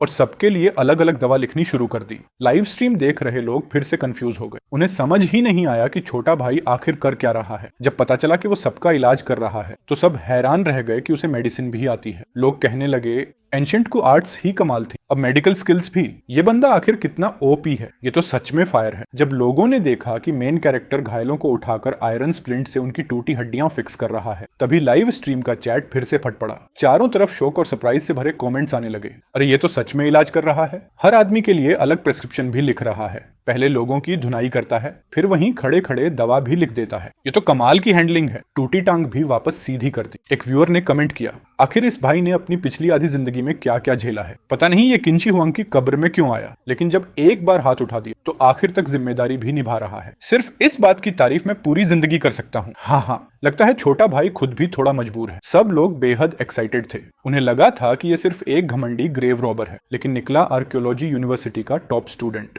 गुआर्ट्स में मास्टर और अब मेडिकल स्किल्स में भी एक्सपर्ट। लेकिन सबसे मजेदार बात ये थी, अभी अभी जिन्होंने इससे पिटाई खाई, उन्हीं का इलाज भी ये खुद कर रहा था। समझ नहीं आ रहा था कि ये बहुत ज्यादा नेकदिल है या फिर सामने वालों की मजे ले रहा है। ये मूव तो सच में टॉप लेवल था। उसी समय पुरानी कब्र के बाहर प्रोफेसर जांग लाइव स्ट्रीम पर जियांग मिंग को टीम मेंबर्स की हड्डियां जोड़ते हुए ध्यान से देख रहे। उन्होंने मन ही मन सोचा और बोले, ओल्ड जाओ, इस मामले पर तुम्हारा क्या कहना है? अगर इस लड़के की सच में बुरी नीयत होती तो ये हमारे लोगों का इलाज करने और उनकी हड्डियां जोड़ने में अपना टाइम कभी बर्बाद नहीं करता। झाओ बोला, अब क्या सोचूं, बैठकर देख रहा हूं बस। ठीक है, ठीक है, तुम बूढ़े बाबा, जरा मेरे लिए कुछ शराब की बोतलें लेकर आओ। क्या कहा? मुझे बूढ़ा बाबा कहा? हाँ, बूढ़े दोस्त ही कहाँ है। ठीक है, अभी लेकर आता हूँ। वैसे ये सब साथ क्यों ले जा रहे हो? उसके पास कोई फायर आर्म तो है नहीं, वरना ये तो नाइंसाफी होगी। आखिर आर्कियोलॉजी करने आया है, लेकिन उसके बैकपैक में ग्रेनेड भी है। धत, बस मेरी खबर का इंतजार करना। हाँ हाँ हाँ। वापस कब्र के अंदर अचानक मेरे दिल में बेचैनी की एक लहर उठी। डेंजर सेंस टैलेंट एक्टिवेट हो चुका था। चैट पर कमेंट्स की बाढ़ आ गई। भाग जाओ छोटे भाई, बाहर एक बहुत खतरनाक आदमी आ गया है। वो अकेला ही कोल्ड वेपन लेकर तुम्हारा पीछा कर रहा है। जल्दी निकलो, हम यहीं से तुम्हारा मोरल सपोर्ट करेंगे। कमाल हो गया, डेड एंड जोर जोर से हिलने लगा है। सीक्रेट टेक्निक अपना असर दिखाने लगी। गड़बड़ हो गई छोटे भाई, वो किलर ब्लड गेट तक पहुंच चुका है। क्या? मैंने जल्दी से चैट पर नजर डाली। मेरा दिल जोर से धड़क उठा। जो रास्ता एक आम इंसान को तय करने में 15 मिनट लगते, उस आदमी ने सिर्फ 2 मिनट में पार कर लिया। मेरे दिल की बेचैनी लगातार बढ़ती जा रही थी। मैंने अपनी पूरी ताकत लगाकर गू इंसेक्ट्स को कंट्रोल किया और सामने की रुकावट तोड़ने की स्पीड और बढ़ा दी। दीवार को गू इंसेक्ट्स इतनी तेजी से चबा रहे थे कि ईंट और पत्थर चारों तरफ उड़ने लगे। मेरे दिल की बेचैनी लगातार बढ़ती जा रही थी। मेरे दिमाग में रॉयल टॉम का पूरा लेआउट मैप अपनी पूरी हद तक कैलकुलेट और एनालाइज हो रहा था। अब मेरे पास लाइव स्ट्रीम पर लोग जो बार बार हार मानने की सलाह दे रहे थे, उन्हें देखने का भी टाइम नहीं था। मैं बस पूरी तल्लीनता से अपने साथ गू इंसेक्ट्स को कंट्रोल करके आगे खुदाई करवाता रहा। आखिरकार दीवार ढह गई। मेरी आंखों के सामने एक बेहद गहरी सुरंग दिखाई दी, लेकिन उसके साथ ही वहां से काले सांपों का इतना बड़ा झुंड निकल आया कि गिनना भी नामुमकिन था। सब के सब काले किंग कोबरा थे, एक बेहद रेयर स्पीशी। उनके अंदर जबरदस्त जहर था और साथ ही कोरोसिव पावर भी। ये आज तक मर्क्यूरी से भरे इस माहौल में जिंदा कैसे बचे हुए थे? ये हरामी सांप बाहर वाले जहरीले सांपों से भी 10 गुना ज्यादा खतरनाक है। छोटे भाई जल्दी भागो। लेकिन मैं भागा नहीं, मैं वहीं सीधा खड़ा रहा। मैं उन काले सांपों को देखता रहा जो गुफा से लगातार बाहर निकल रहे थे। उनकी काली जीभ बार बार बाहर आ रही थी। हजारों सांप एक साथ मुझे घूर रहे थे। मैं अकेला और सामने हजारों जहरीले सांप। लाइव स्ट्रीम का चैट पागलों की तरह स्क्रॉल होने लगा। हर कोई चिल्ला रहा था कि मैं भाग जाऊं। सबको लगा मैं डर के मारे पत्थर बन गया हूं, लेकिन मैं बिल्कुल भी नहीं हिला। रास्ता छोड़ो। लाइव स्ट्रीम का चैट एक सेकंड के लिए बिल्कुल शांत हो गया और अगले ही पल वो सारे काले सांप ऐसे पीछे हट गए जैसे उन्होंने कोई भूत देख लिया हो। पूरा सांपों का झुंड बुरी तरह घबरा गया। फिर सबके सब चुपचाप दोनों तरफ हट गए। एक विशालकाय काला सांप, जिसे देखते ही पता चल रहा था कि वही उनका लीडर है, सबसे आगे निकल आया। उसके पीछे बिल के अंदर छिपे बाकी विशाल सांप भी बाहर निकल आए। उन्होंने मिलकर मेरे लिए एकदम साफ रास्ता बना दिया। फिर सारे सांपों ने एक साथ अपने सिर झुका दिए और दोनों तरफ लाइन बनाकर खड़े हो गए, बिल्कुल वैसे जैसे पुराने जमाने में सारे मंत्री और सेनापति सम्राट के स्वागत में सिर झुकाकर खड़े होते थे। वो सब मुझे बीच में रखकर बेहद सम्मान के साथ खड़े थे। क्या मेरी आंखें धोखा खा रही हैं? भाई आखिर तुम हो कौन? ये सारे सांप तो जैसे इंसानों जितने समझदार हो गए हैं। कब्र के बाहर झाओ गुआंग जी और प्रोफेसर झांग भी पूरी तरह जड़ हो गए। मुझे तो ऐसा भी लगा जैसे उन्होंने शौक में ठंडी सांस खींची हो। जैसे ही मैं आगे बढ़ने वाला था, हा हा हा, आखिर तुझे पकड़ ही लिया। सबकी हैरान नजरों के सामने एक लंबा चौड़ा आदमी प्रोटेक्टिव सूट पहनकर सामने आ गया। उसकी पीठ पर शराब से भरा एक बड़ा प्लास्टिक कैन बंधा हुआ था। वो पाइप लगाकर लगातार शराब पी रहा था। उसके हाथ में एक चौड़ी बड़ी तलवार भी थी। वो तो चिंगलांग है। धत्त तेरे की, सिर्फ 10-15 मिनट में ही यहाँ पहुंच गया। लड़ाई करने आया है और साथ में इतना बड़ा शराब का कैन भी उठा लाया। ये बंदा सच में जानवर है। भाई इस बार तो गया। कई व्यूअर्स की आंखें फटी रह गईं। सब मुझे उसे रोकने के लिए कह रहे थे, लेकिन मैंने पीछे मुड़कर भी नहीं देखा। मैंने बस ठंडी आवाज में एक आदेश दिया और आराम से अंदर की तरफ चलता रहा। शुरू से आखिर तक मैंने उस लंबे चौड़े आदमी की तरफ एक बार भी नहीं देखा। इतनी खुली बेइज्जती देखकर चिंगलंग अगबबूला हो गया। उसने जोर से पैर पटका। पूरा शरीर तीर की तरह मेरी तरफ झपट पड़ा। लेकिन चिंगलंग ने सपने में भी नहीं सोचा था कि जैसे ही वो मेरे पास पहुंचने वाला था, सुरंग के अंदर से दर्जनों काले किंग कोबरा अचानक उसकी तरफ टूट पड़े। चिंगलंग तुरंत मुड़कर बचा। उसी मोमेंटम में उसने अपनी तलवार पूरी ताकत से चला दी। खनन, धातु के टकराने जैसी तेज आवाज पूरे मकबरे में गूंज उठी। चिंगलंग की आंखें सिकुड़ गईं। लाइव स्ट्रीम देख रहे लाखों लोग भी दंग रह गए। ये सांप तो लोहे जैसे सख्त। किंशी हुआंग की कब्र के सांप इतने डरावने कैसे हो सकते हैं? म्यूटेटेड ब्लैक स्नेक्स, और भाई इन्हें कंट्रोल भी कर रहा है। ये आखिर कैसे पॉसिबल है? कमाल है, सच में कमाल। नेटिजन सिर्फ इन काले सांपों की जबरदस्त डिफेंस देखकर ही नहीं, बल्कि इस बात से भी पागल हो गए कि मैं उन्हें कमांड कर सकता था। ये तो सच में अनरियल है। बस चिंगलंग एक पल के लिए रुका ही था कि चारों तरफ से काले सांप फुफकारते हुए उस पर टूट पड़े। चिंगलंग को पहली बार जानलेवा खतरे का एहसास हुआ। वो तुरंत पीछे उछला और पागलों की तरह उन काले सांपों से लड़ने लगा। चैट फिर से फट पड़ा।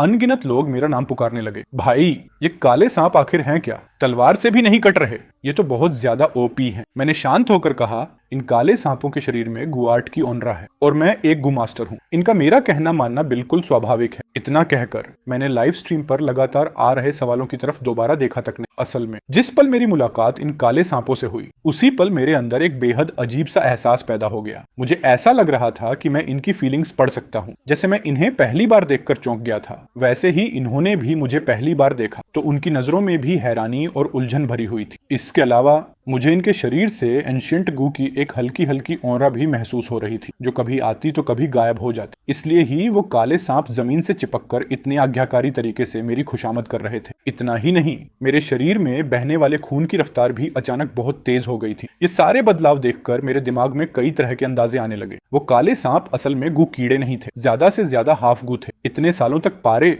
मरकरी और फेंग शुई फॉर्मेशन में डूबे रहने की वजह से उनमें गू का जहर समा गया था। लेकिन क्योंकि किसी ने उन्हें रिफाइन नहीं किया था, इसलिए वो अब तक पूरी तरह इवॉल्व नहीं हो पाए थे। वुचुजूली ब्लड लाइन में जन्म से ही गु कीड़ों को अपनी तरफ खींचने की ताकत होती है, और मेरी ब्लड लाइन से निकलने वाली स्पिरिचुअल पावर इन हाफ गु को ऐसे अपनी तरफ खींच रही थी जैसे पतंगे आग की तरफ भागते हैं। मैंने मौका देखकर कुछ सांप पकड़ ली और उन्हें सीधे सिस्टम स्पेस में फेंक दिया। सोचा जब फुर्सत मिलेगी तब इन्हें रिफाइन करके देखूं। वैसे भी मैंने आज तक सच में जीयू को कभी रिफाइन नहीं किया था। प्रैक्टिस करने के लिए ये हाफ जीयू ही सबसे बढ़िया रहेंगे। अब तक हम लगभग रास्ते का 1/3 हिस्सा तय कर चुके थे। सामने मर्क्यूरी रिवर आने वाली थी, उसके आगे वही इलाका था जहां आज तक कोई इंसान नहीं पहुंचा था। जाहिर है आगे और भी ज्यादा खतरनाक मुसीबतें हमारा इंतजार कर रही थी। ये सोचते ही मेरे दिल में फिर से एक्साइटमेंट की लहर दौड़ गई। वैसे भी मैं यहाँ सिर्फ इसलिए आया था कि देख सकूं इन अनछुए इलाकों में आखिर कौन से राज छिपे हुए हैं। सीने में उबल रहे जोश को दबाते हुए मैं लगातार आसपास की बनावट पर नजर रख रहा था और मन ही मन अंदाजा लगा रहा था कि आगे कौन कौन से जाल हो सकते हैं। अब बस एक एक कदम संभलकर आगे बढ़ना था। अब तक जिन ट्रैप और मैकेनिज्म का सामना हुआ था और जिन जगहों को मैंने मार्क किया था, वो असल में सरकार द्वारा जारी किन्शी हुआंग मौजोलियम एक्सकवेशन डॉक्यूमेंट्री में पहले भी दिखाई दे चुके थे। घूम फिरकर वही पुराने जाल थे, कहीं गिरने वाला ट्रैप टनल, कहीं पलटने वाला ट्रैप, कहीं छिपे हुए क्रॉस बोल्ट्स और फिर कीड़े मकोड़े और काले सांप जो ऐसे कोनों में छिपे थे जहां किसी का ध्यान भी न जाए।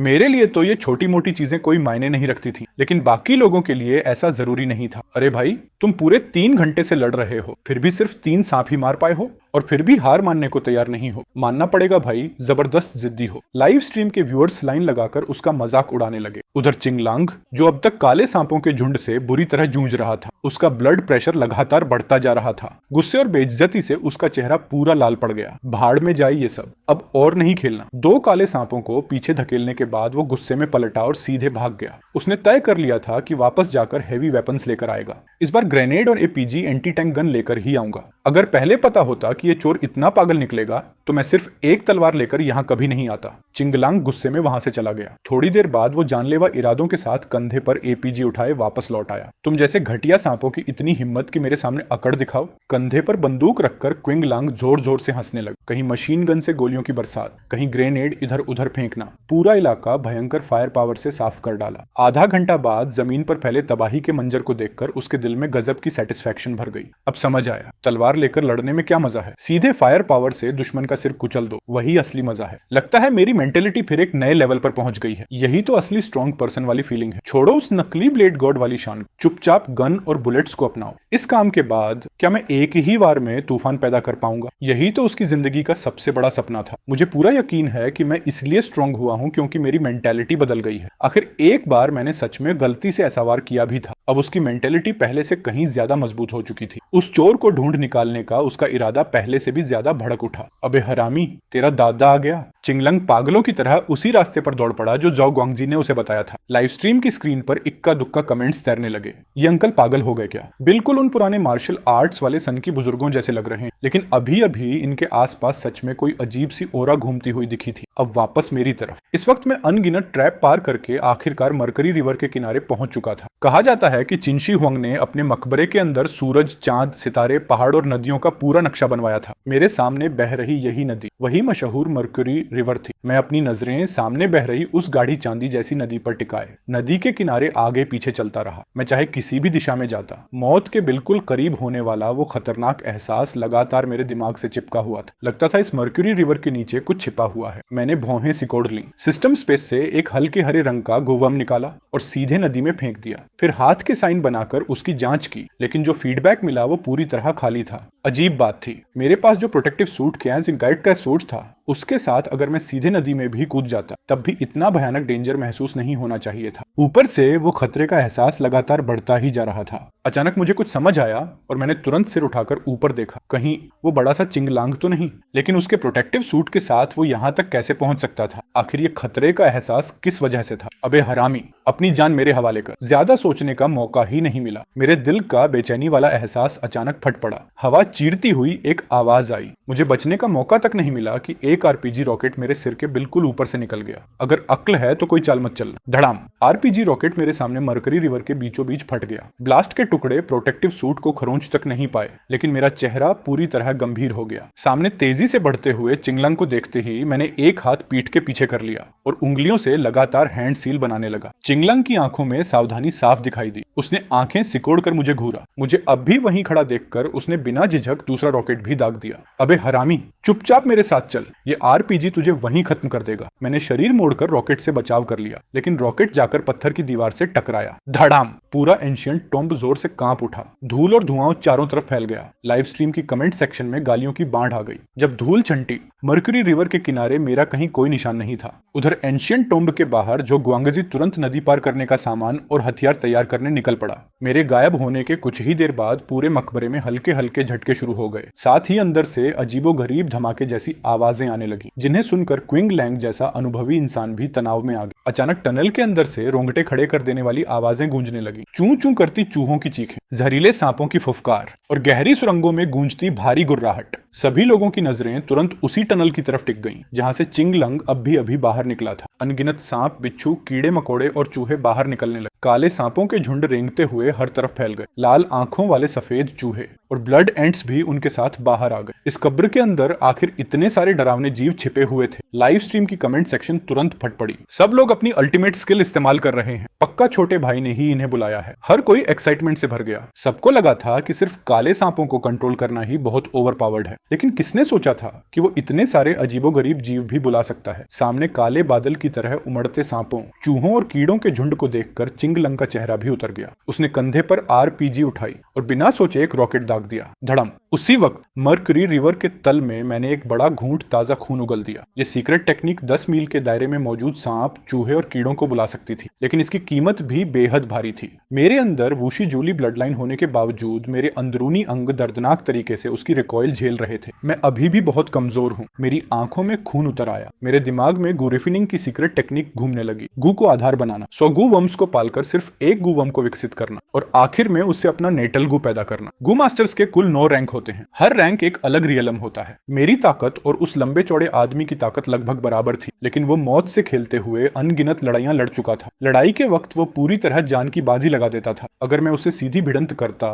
तो मेरी मौत तय थी। अब मेरे सामने सिर्फ 2 रास्ते बचे थे। पहला, अपना नेटल गो ढूंढकर रैंक 1 तक ब्रेक थ्रू करना। दूसरा, चिनशी हुआंग के मौजोलियम का इस्तेमाल करके उसी को यहीं हमेशा के लिए कैद करके मार देना। सिस्टम शॉप में मिलने वाले दसियों हजार पॉइंट्स वाले गुवर्म्स तो मेरे लिए बिल्कुल बेकार थे, और जिनकी कीमत लाखों से लेकर करोड़ों पॉइंट्स थी, उन्हें खरीदने लायक पॉइंट्स मेरे पास थे ही कहां। तभी अचानक सिस्टम ने एक मिशन एक्टिवेट किया। मिशन, चिनशी हुआंग के छिपे हुए स्थान को खोजो। चिनशी हुआंग की सिल्क बुक और एलिक्सिर ऑफ इमॉर्टलिटी हासिल करो। रिवॉर्ड, रैंडम लेजेंडरी रैंक गुवर्म। मुझे तो हमेशा लगता था कि सिस्टम शॉप में बिकने वाले रेयर गुवर्म्स ही लेजेंडरी रैंक होते हैं, लेकिन सिस्टम ने बताया कि वो तो सिर्फ रेयर ग्रेड है। तो फिर लेजेंडरी उससे भी ऊपर है क्या? कहीं ये एंशिएंट एरा के टॉप 10 डिवाइन गू तो नहीं? सुना था कि उनमें मरे हुए को जिंदा करने और सफेद हड्डियों पर दोबारा मांस उगा देने की ताकत होती है। उनमें एक लॉन्गिविटी गू भी था जो इंसान को अमर बना सकता था। मैंने बड़ी मुश्किल से अपने अंदर उठ रही एक्साइटमेंट को दबाया। सिस्टम के दिखाए हुए इस बड़े लालच का स्वाद तो मैंने अभी तक चखा भी नहीं था, लेकिन इस वक्त सबसे जरूरी काम था उस ग्रीन वुल्फ जैसे चिंग लैंग से पीछा छुड़ाना, जो लगातार मेरा शिकार कर रहा था। मैं कुछ देर तक मर्क्यूरी रिवर के नीचे छिपा रहा, फिर धीरे धीरे सीधा खड़ा हुआ और अपना सिर पानी के ऊपर निकाला।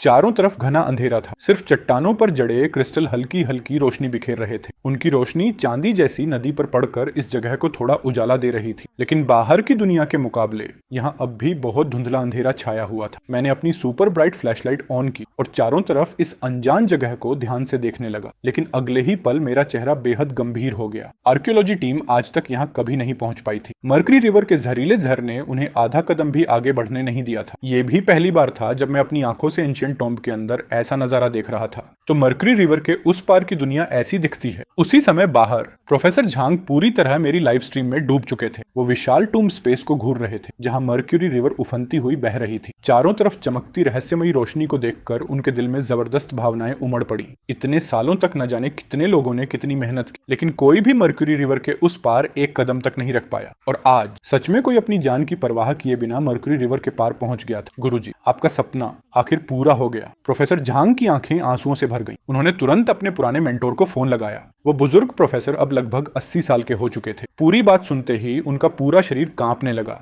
उन्होंने हकलाते हुए पूछा, तुमने क्या कहा? Mercury river? कोई सच में मर्क्यूरी रिवर के उस पार पहुंच गया? वो एक टूम्ब रेडर है और अब भी लाइव स्ट्रीम भी कर रहा है। ये सुनते ही बूढ़े प्रोफेसर गुस्से और एक्साइटमेंट में तुरंत हरकत में आ गए। उन्होंने फौरन आसपास के कई प्रांतों की आर्कियोलॉजी टीम से संपर्क करना शुरू कर दिया। बहुत सारे टॉप प्रोफेसर्स, आर्कियोलॉजी लवर्स और स्टाफ मेंबर्स तुरंत लीशान सिटी की तरफ रवाना हो गए। कोई बेहद एक्साइटेड था, कोई जोर जोर से उसकी आलोचना कर रहा था। हर किसी के चेहरे पर अलग अलग एक्सप्रेशन थे। सिर्फ आधे घंटे के अंदर उन सबको एक ही ग्रुप चैट में जोड़ दिया गया। रास्ते भर वो लोग लगातार वीडियो कॉल पर बात करते रहे। प्रोफेसर जांग ने जब पूरी घटना विस्तार से बताई तो सभी प्रोफेसर्स उस नौजवान की काबिलियत देखकर दंग रह गए। उसकी ट्रैप और मैकेनिज्म तोड़ने की स्किल मास्टर लेवल तक पहुंच चुकी थी। वो गो टेक्निक भी जानता था, मेडिकल नॉलेज भी रखता था। यहाँ तक कि उसने गवर्नमेंट को देने के लिए डाइविंग सूट भी डिजाइन किया था और टीम के घायल लोगों का इलाज भी किया था। उसका कैरेक्टर भी बेहद शानदार था। इन बूढ़े स्कॉलर्स के लिए चिनशी हुआंग का मौजोलियम पूरी जिंदगी का एक अनसुलझा पजल था, लेकिन आज उसे एक युवा लड़के ने सॉल्व कर दिया था। ये आर्कियोलॉजी की दुनिया में 1000 साल में एक बार होने वाली ऐतिहासिक घटना थी। सब लोग खुशी से पागल हो रहे थे। हर कोई किसी भी कीमत पर उस नौजवान को अपने साथ जोड़ना चाहता था।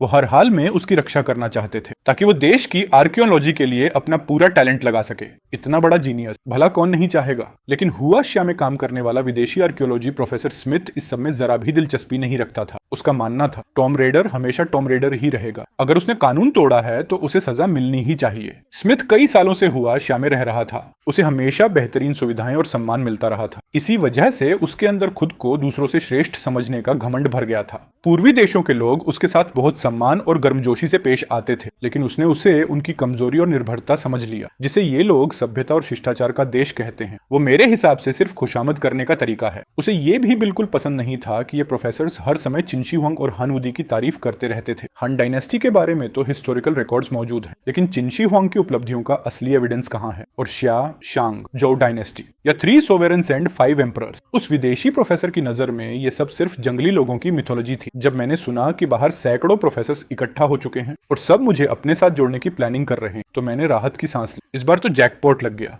बस अगर मैं कोई ऐसा खजाना निकाल दूं जो पूरी दुनिया को हिला दे, तो टॉम रॉबरी वाला क्राइम शायद आसानी से माफ हो जाएगा। मैंने गहरी सांस ली, अपना संतुलन बनाए रखा और आगे अंदर की तरफ बढ़ना जारी रखा। लेकिन उसी समय मौजोलियम के बाहर खुले मैदान में माहौल बिल्कुल भी शांत नहीं था। सैकड़ों प्रोफेसर्स एक अस्थायी प्रोजेक्टर स्क्रीन के सामने बैठे हुए मेरी लाइव स्ट्रीम को घूर रहे थे। हर किसी का चेहरा एक्साइटमेंट से लाल हो चुका था। कोई मुझे यंग हीरो कहकर तारीफ कर रहा था, कोई कह रहा था कि मैं बहादुर भी हूँ और सावधान भी। यहाँ तक कि कुछ लोग तो पहले से ही प्लानिंग करने लगे थे कि मेरे बाहर आते ही मुझे कैसे रिक्रूट किया जाए। लेकिन शुरू से आखिर तक सिर्फ एक आदमी का चेहरा बिल्कुल ठंडा बना रहा। वो था अमेरिका से आया विदेशी प्रोफेसर स्मिथ। वो भीड़ के किनारे हाथ बांधकर खड़ा था। आसपास हो रही मेरी तारीफ सुन सुनकर उसके कान पक चुके थे। आखिरकार जब किसी ने फिर से ये चर्चा छेड़ी कि एम्परर के मौजोलियम के अंदर जरूर सूरज, चांद, सितारे, पहाड़ और नदियों की बनावट मौजूद होगी, वो तुरंत तिरस्कार से हंसा और बोला, सूरज, चांद, सितारे, पहाड़ और नदियां? उसने जानबूझकर अपनी आवाज में ताना भर दिया। आवाज ना ज्यादा ऊंची थी न धीमी, लेकिन इतनी थी कि आसपास खड़े सभी लोग साफ साफ सुन सकें। सच कहूं तो अब ये सब देखकर मुझे बड़ी चिढ़ होने लगी। इतना बड़ा मकबरा भी ज्यादा से ज्यादा कुछ पहाड़ों जितना ही होगा, और तुम लोग यहाँ इकट्ठा होकर इन रहस्यमयी बातों पर इतनी गंभीर डिस्कशन कर रहे हो। कौन सी ड्रैगन वैन और कौन से सूरज, चांद, सितारे? कुछ प्रोफेसर्स ने तुरंत पलटकर उसे घूरा और नाराज होकर भौहें सिकोड़ ली। लेकिन स्मिथ ऐसे ही खड़ा रहा, या यूं कहो उसे किसी की परवाह ही नहीं थी। उसे हुआशिया आए 2 साल हो चुके थे। वो विदेशी प्रोफेसर्स के लिए मिलने वाला सबसे ऊंचा अलाउंस ले रहा था, और गर्लफ्रेंड बदलने की स्पीड उसकी टेसिन स्पीड उसकी लेसन प्लान बदलने से भी ज्यादा थी। उसकी नजर में ये सारे ईस्टर्न प्रोफेसर्स हमेशा से कमजोर लोग थे, जो बस पुराने कबाड़ जैसे एंटीक सामान को सीने से लगाए बैठे रहते थे। पूरा लिशन माउंटेन भी पहाड़ और नदियों को नहीं समा सकता, तो चिनशी हुआंग का छोटा सा मकबरा कैसे संभालेगा? उसने ठोड़ी ऊपर उठाई और भी जहरीले लहजे में बोला, 2000 साल पुराना एक पिछड़ा डायनेस्टी और तुम लोग सच में मानते हो कि उसके मकबरे के अंदर पूरा सूरज, चांद और सितारों का संसार छिपा होगा? ये सब खुद को धोखा देने के अलावा कुछ नहीं है। एक बुजुर्ग प्रोफेसर का चेहरा सख्त हो गया। उन्होंने गुस्से में कहा, प्रोफेसर स्मिथ, जरा अपनी जुबान संभाल कर बात कीजिए। स्मिथ ने जानबूझकर नकली हैरानी दिखाई। जुबान संभालूं? मैं तो तुम्हारी मदद कर रहा हूँ, जरा खुद को देखो। तुम लोगों को देखकर मुझे ईस्टर्न एकेडमिक वर्ल्ड की सड़न साफ दिखाई देती। पूरी जिंदगी टूटे फूटे पुराने कबाड़ की पूजा करते रहते हो और फिर उसे कल्चर हेरिटेज का नाम दे देते हो। उसने चारों तरफ देखा। सभी प्रोफेसर्स गुस्से से लाल पड़ चुके थे, लेकिन कोई भी आगे नहीं बढ़ा। ये देखकर स्मिथ के मन में और घमंड भर गया। देखा, ये ईस्टर्न लोग अंदर से हमेशा डरपोक ही रहेंगे। इनमें वेस्टर्न लोगों के खिलाफ कुछ करने की हिम्मत ही नहीं है। उसे और हौसला मिल गया। वो और अकड़ कर बोला, दूर जाने की जरूरत ही क्या है? तुम्हारी ट्रेडिशनल चाइनीज मेडिसिन तक को वेस्टर्न साइंस ने पूरी तरह रिसर्च करके समझ लिया है और तुम लोग अभी भी चिंशी हुआंग की तारीफ करने में लगे हो। एक भाषा, एक गाड़ी का पहिया, ये सब सिर्फ दिखावा था। ड्रैगन वेन सील करना भी झूठ है। सब कुछ झूठ है। तुम प्रोफेसर सच में कुएं के मेंढक हो। तुम्हें आसमान कितना ऊंचा है इसका भी अंदाजा नहीं, अज्ञानी। फिर उसने व्यंग्य से एंशिएंट सेइंग दोहराई। पुराने लोगों ने कहा है, जो सबकी सुनता है वही बुद्धिमान बनता है, जो सिर्फ अपनी सुनता है वही अंधा रह जाता है। ये तुम्हारे ही पूर्वजों की सीख है, लेकिन अफसोस आज तुम्हारी हालत देखकर लगता है तुम लोग मेरे जूते उठाने के भी लायक नहीं हो। पूरा मैदान एकदम खामोश हो गया। प्रोजेक्टर स्क्रीन पर मेरी लाइव स्ट्रीम अब भी चल रही थी। दूर खड़े जाओ गोंगजी का चेहरा कोयले जैसा काला पड़ चुका था। अगर इतने सारे प्रोफेसर्स इस विदेशी की बातों से भड़क गए तो आज हालात संभालना नामुमकिन हो जाएगा, और मुझे तो इन बातों की जरा भी खबर नहीं। स्मिथ फिर तिरस्कार से बोला, अब समझ आया कि तुम लोगों ने कभी खुद को दुनिया से क्यों काट लिया था। तुम जैसे लोगों की वजह से ही तुम्हें मार खानी पड़ी थी। वो सबको घमंड भरी नजरों से देख रहा था। उसके चेहरे पर वही भाव था, मैं तो तुम्हारी भलाई के लिए कह रहा हूँ। लेकिन उसकी बातें सुनकर वहां मौजूद सैकड़ों प्रोफेसर्स के सिर गुस्से से भन्नाने लगे। ये आदमी आखिर है कौन? एक ही पल में स्मिथ ने सबके दिल में घमंडी इंसान की छाप छोड़ दी। सैकड़ों सीनियर प्रोफेसर्स के सामने उसने आर्कियोलॉजी टीम को सीधे सीधे निकम्मा कह दिया। उसकी बातें लाइव स्ट्रीम के जरिए बिजली की तरह फैल गईं। ऑडियंस गुस्से से भर उठे। सब उसे हुआशिया की संस्कृति का अपमान करने पर जमकर गालियां देने लगे। लाइव स्ट्रीम की पॉपुलैरिटी तुरंत आसमान छूने लगी और उसके साथ साथ मैं भी चर्चा का सबसे बड़ा टॉपिक बन गया। जब मुझे लाइव स्ट्रीम के जरिए ये सब पता चला तो मेरे अंदर गुस्से की आग भड़क उठी। चिंशी हुआंग ने पूरे देश को एक किया था। उनकी महान उपलब्धियां आज तक हिस्ट्री में दर्ज है। उनके कारनामों के ऐतिहासिक सबूत भी मौजूद है, और अब कुछ विदेशी लोग खुलेआम उन्हें नीचा दिखाने की हिम्मत कर रहे थे। वाकई ये हास्यास्पद भी था और बेहद घृणित भी। आर्कियोलॉजी के ये प्रोफेसर्स पूरी जिंदगी हिस्ट्री को उजागर करने में लगे रहे। उन्होंने हुआशिया की आने वाली पीढ़ियों के लिए उसकी अटूट आत्मा को संजोकर रखा।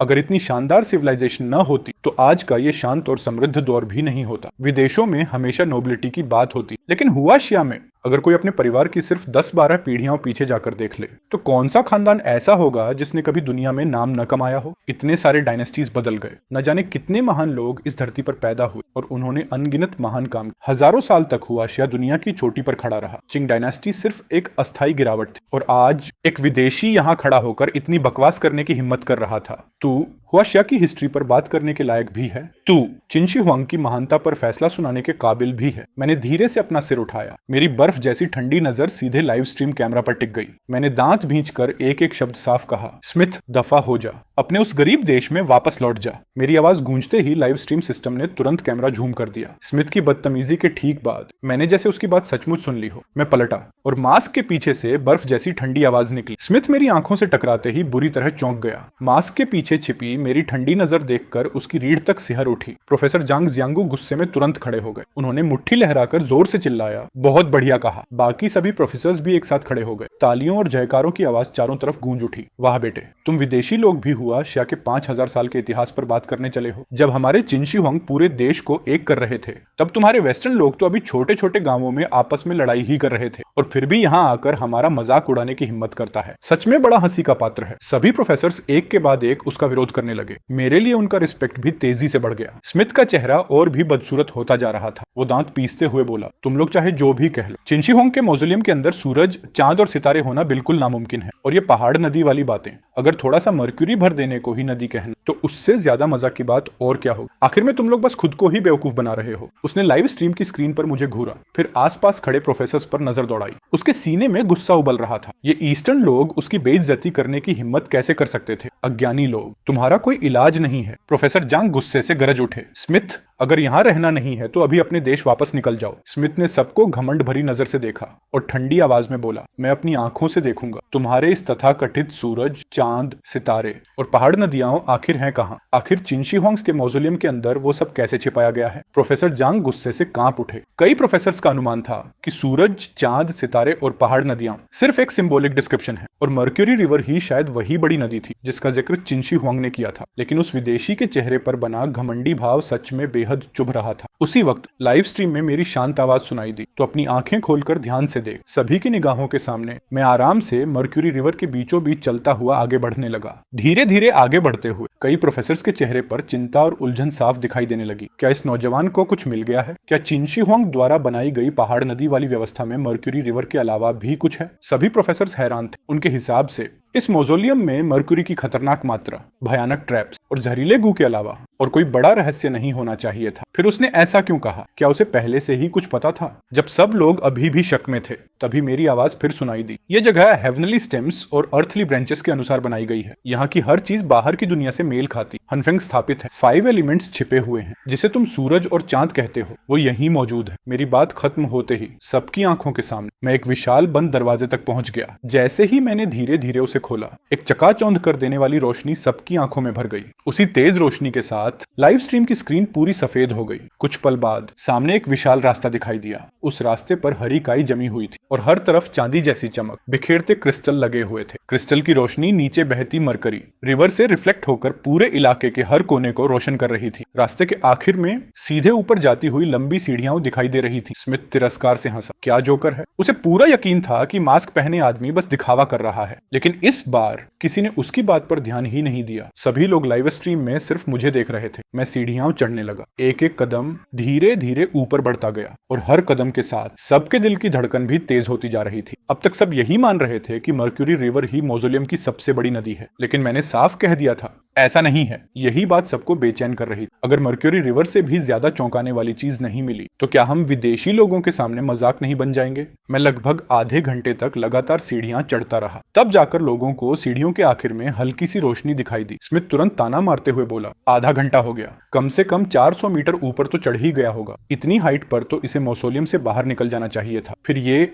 अभी भी अंदर कैसे है? तुम लोग बस ड्रामा कर रहे हो। अब कुछ प्रोफेसर्स भी उलझन में पड़ गए। व्यूअर्स भी समझ नहीं पा रहे थे कि आखिर हो क्या रहा है। तभी स्क्रीन से मेरी बर्फ जैसी ठंडी आवाज सुनाई दी। हुआशिया के रहस्यमयी शुआनमेन सीक्रेट्स। तुम जैसे घटिया विदेशी उन्हें कभी समझ ही नहीं सकते। स्मिथ का चेहरा पल भर में बेहद बदसूरत हो गया। उधर व्यूअर्स खुशी से झूम उठे। तो ये मिस्टिकल फंक्शुई लेआउट था। छोटे भाई ने एक नजर में सब समझ लिया। प्रोफेसर्स के दिल में भी उम्मीद की नई किरण जग गई। शायद जैसा उस नौजवान ने कहा, चिंशी हुआंग के मौजोलियम के अंदर सचमुच एक अलग दुनिया छिपी हुई थी। इतनी महान जिंदगी जीने वाले चिंशी हुआंग का मकबरा भला साधारण कैसे हो सकता था? यहाँ जरूर कोई चमत्कार छिपा होगा। स्मिथ बस तिरस्कार से मुस्कुराया। उसने हाथ बांध लिए और ईस्टर्न लोगों के इस फ्यूडल सुपरस्टिशन का तमाशा देखने लगा। मैं आखिरी सीढ़ी तक पहुंचा। एक छोटी सी सुरंग पार की। मेरे सामने एक अंतहीन लंबा पुल दिखाई दिया। जैसे ही मैं पूरी तरह सुरंग से बाहर निकला, सामने का दृश्य देखकर हर इंसान सन्न रह गया। सैकड़ों प्रोफेसर्स की आंखें फटी की फटी रह गईं। स्मिथ का चेहरा डर से बिल्कुल सफेद पड़ गया। वो चीख उठा,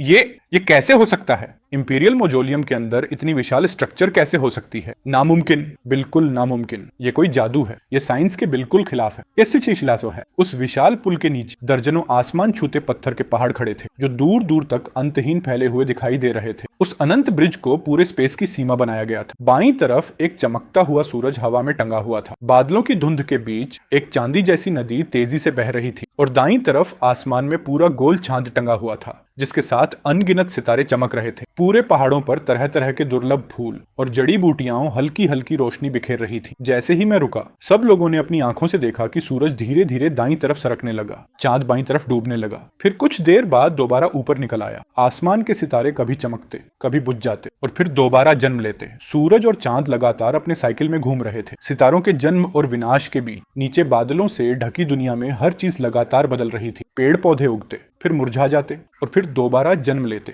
ये पूरा अनंत स्पेस बिल्कुल एक असली मिनिएचर वर्ल्ड जैसा था। मानो चिंशी हुआंग के मौजोलियम के अंदर ही सूरज, चांद, सितारों, पहाड़ों और पेड़ पौधों के जन्म मरण का पूरा नियम दोबारा चल रहा हो। हे भगवान, इंपीरियल मौजोलियम के अंदर ऐसा नजारा कैसे हो सकता है? सूरज, चांद, सितारे, इतने विशाल पहाड़, और ये सब जिंदा भी हैं। आखिर उन्होंने ये सब कैसे बनाया? क्या किन शी हुआंग सच में आसमान और धरती को बदल देने की ताकत रखते थे? अनगिनत व्यूअर्स इस दृश्य को देखकर पूरी तरह स्तब्ध रह गए। सैकड़ों प्रोफेसर्स की सांसें तेज हो गईं। एक्साइटमेंट से उनकी आंखें लाल पड़ गईं। यही है असली सूरज, चांद और सितारे। यही हैं असली पहाड़ और नदियां। इतना विशाल निर्माण जो मानो प्रकृति को ही मात दे दे। आखिर उस दौर में इसे बनाया कैसे गया? क्या उस समय उनकी साइंस और टेक्नोलॉजी आज के मॉडर्न एरा से भी आगे थी? स्मिथ स्क्रीन को ऐसे घूर रहा था जैसे उसे निगल जाएगा। उसकी आंखें जंगली जानवर की तरह लाल हो चुकी थी। वो चीख पड़ा, नामुमकिन! ये बिल्कुल नकली है। ये साइंस के खिलाफ है। ये वीडियो एडिटिंग है। उधर इंटरनेट पर व्यूअर्स जोश से भर उठे। सब लगातार पूछने लगे, भैया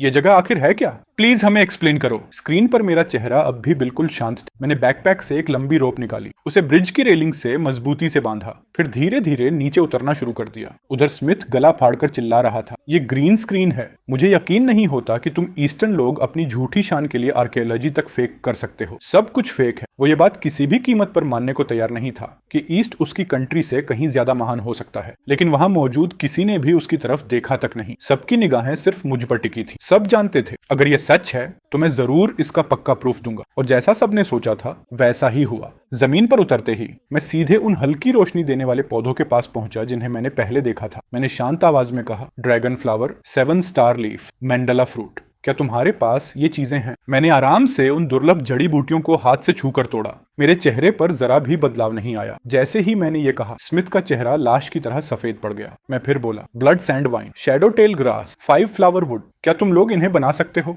मैं आगे चलता गया, साथ ही GU टेक्निक का इस्तेमाल करके पहले दिखे सारे धुंध के बादलों को अपनी तरफ बुला लिया। तभी सबको पता चला कि वो धुंध असल में मौसोलियम के बाहर मौजूद अनगिनत बारीक उड़ने वाले कीड़ों से बनी हुई थी। स्मिथ के अंदर की दुनिया उसी पल टूट गई। उसकी पूरी जिंदगी का विश्वास बिखर चुका था। उसका शरीर लड़खड़ाने लगा, चेहरा बिल्कुल सफेद पड़ गया। काफी देर बाद उसने कांपती आवाज में पूछा, सूरज, चांद, सितारे, इनकी एक्सप्लेनेशन दो, बताओ। लेकिन लाइव स्ट्रीम से सिर्फ मेरी ठंडी हंसी सुनाई दी। समझ भी पाएगा जो मैं एक्सप्लेन करूं? मैंने शुरू से आखिर तक एक बार भी पीछे मुड़कर उसकी तरफ नहीं देखा। मेरे उस तिरस्कार भरे रवैये ने स्मिथ को मानो सीधा दिल पर वार कर दी। उसका खून सिर पर चढ़ गया, दिमाग चकराने लगा। लेकिन फिर भी वो जिद पर अड़ा रहा। अगर एक्सप्लेन नहीं कर सकते तो ये फेक ही है। ये सब वीडियो एडिटिंग है। चिंशी हुआंग तो हजारों साल पहले के इंसान थे। उस जमाने में इतनी डिवाइन क्राफ्टमैनशिप होना बिल्कुल नामुमकिन था। मैं हल्का सा मुस्कुराया। Hexagram response formula, good response, bad response, इनके बारे में कुछ जानते हो? मेरी आवाज शांत लेकिन उसमें अज्ञानियों के लिए भरपूर तिरस्कार था। 8 pure palaces, 64 hexagram, 12 earthly branches, punishment,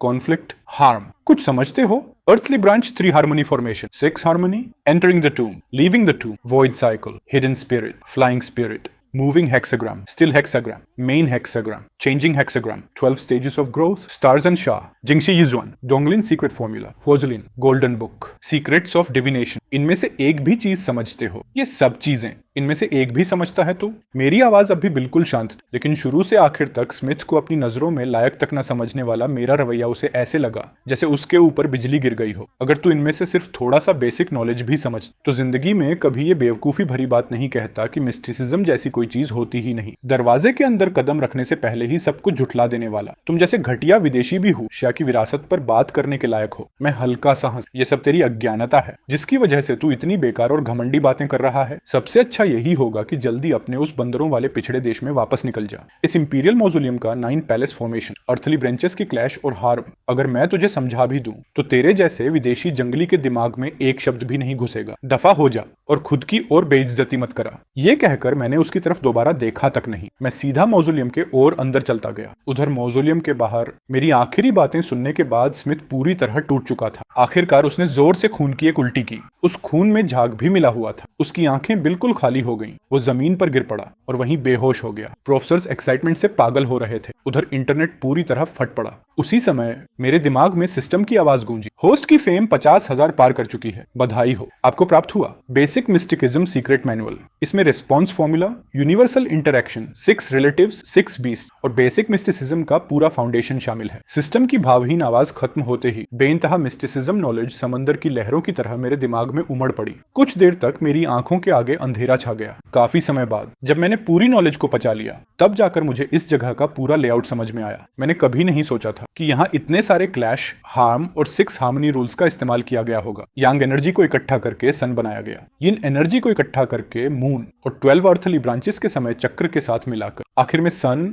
moon और स्टार्स का पूरा रीइंकार्नेशन सिस्टम तैयार किया गया। जब मैं सबको ये बातें समझा रहा था, उसी समय स्मिथ को लोग उठाकर वहां से ले गए। इधर चिंगलांग मर्क्यूरी रिवर पार करके उस लंबे ब्रिज के ऊपर पहुंच चुका था। उसने मेरे छोड़े हुए रोप को देखा और व्यंग्य से हंस पड़ा। अबे हरामी, क्या तुझे लगा मैं तुझे पकड़ नहीं पाऊंगा? उसने बिना सोचे रोप पकड़कर नीचे उतरना शुरू कर दिया, लेकिन आधे रास्ते पहुंचते ही उसे नीचे गहरी खाई से उठती आग दिखाई दी। आग धीरे धीरे रोप की तरफ बढ़ रही थी। चिंगलांग का चेहरा पल भर में बदल गया। उसके माथे से पसीना झरने लगा। धत्त तेरे की, तूने रोप में आग लगा दी और तब तक इंतजार किया जब तक मैं आधे रास्ते नहीं आ गया। उसने 2-3 जोरदार गालियां दी, फिर जान बचाने के लिए पूरी ताकत से वापस ऊपर चढ़ने लगा। उधर रोप जलाने के बाद मैं तुरंत मुड़ा और पहले से तय किए हुए रास्ते पर पूरी स्पीड से भागने लगा। चिंगलांग बहुत ताकतवर था। सीधी लड़ाई में मेरी हार तय थी। यहाँ के गुवम्स भी उसके हैवी वेपन्स का मुकाबला नहीं कर सकते थे और उसे मार देना लाइव स्ट्रीम चालू होने की वजह से वो तो बिल्कुल पॉसिबल नहीं। मुझे कोई दूसरा रास्ता ढूंढना ही था, लेकिन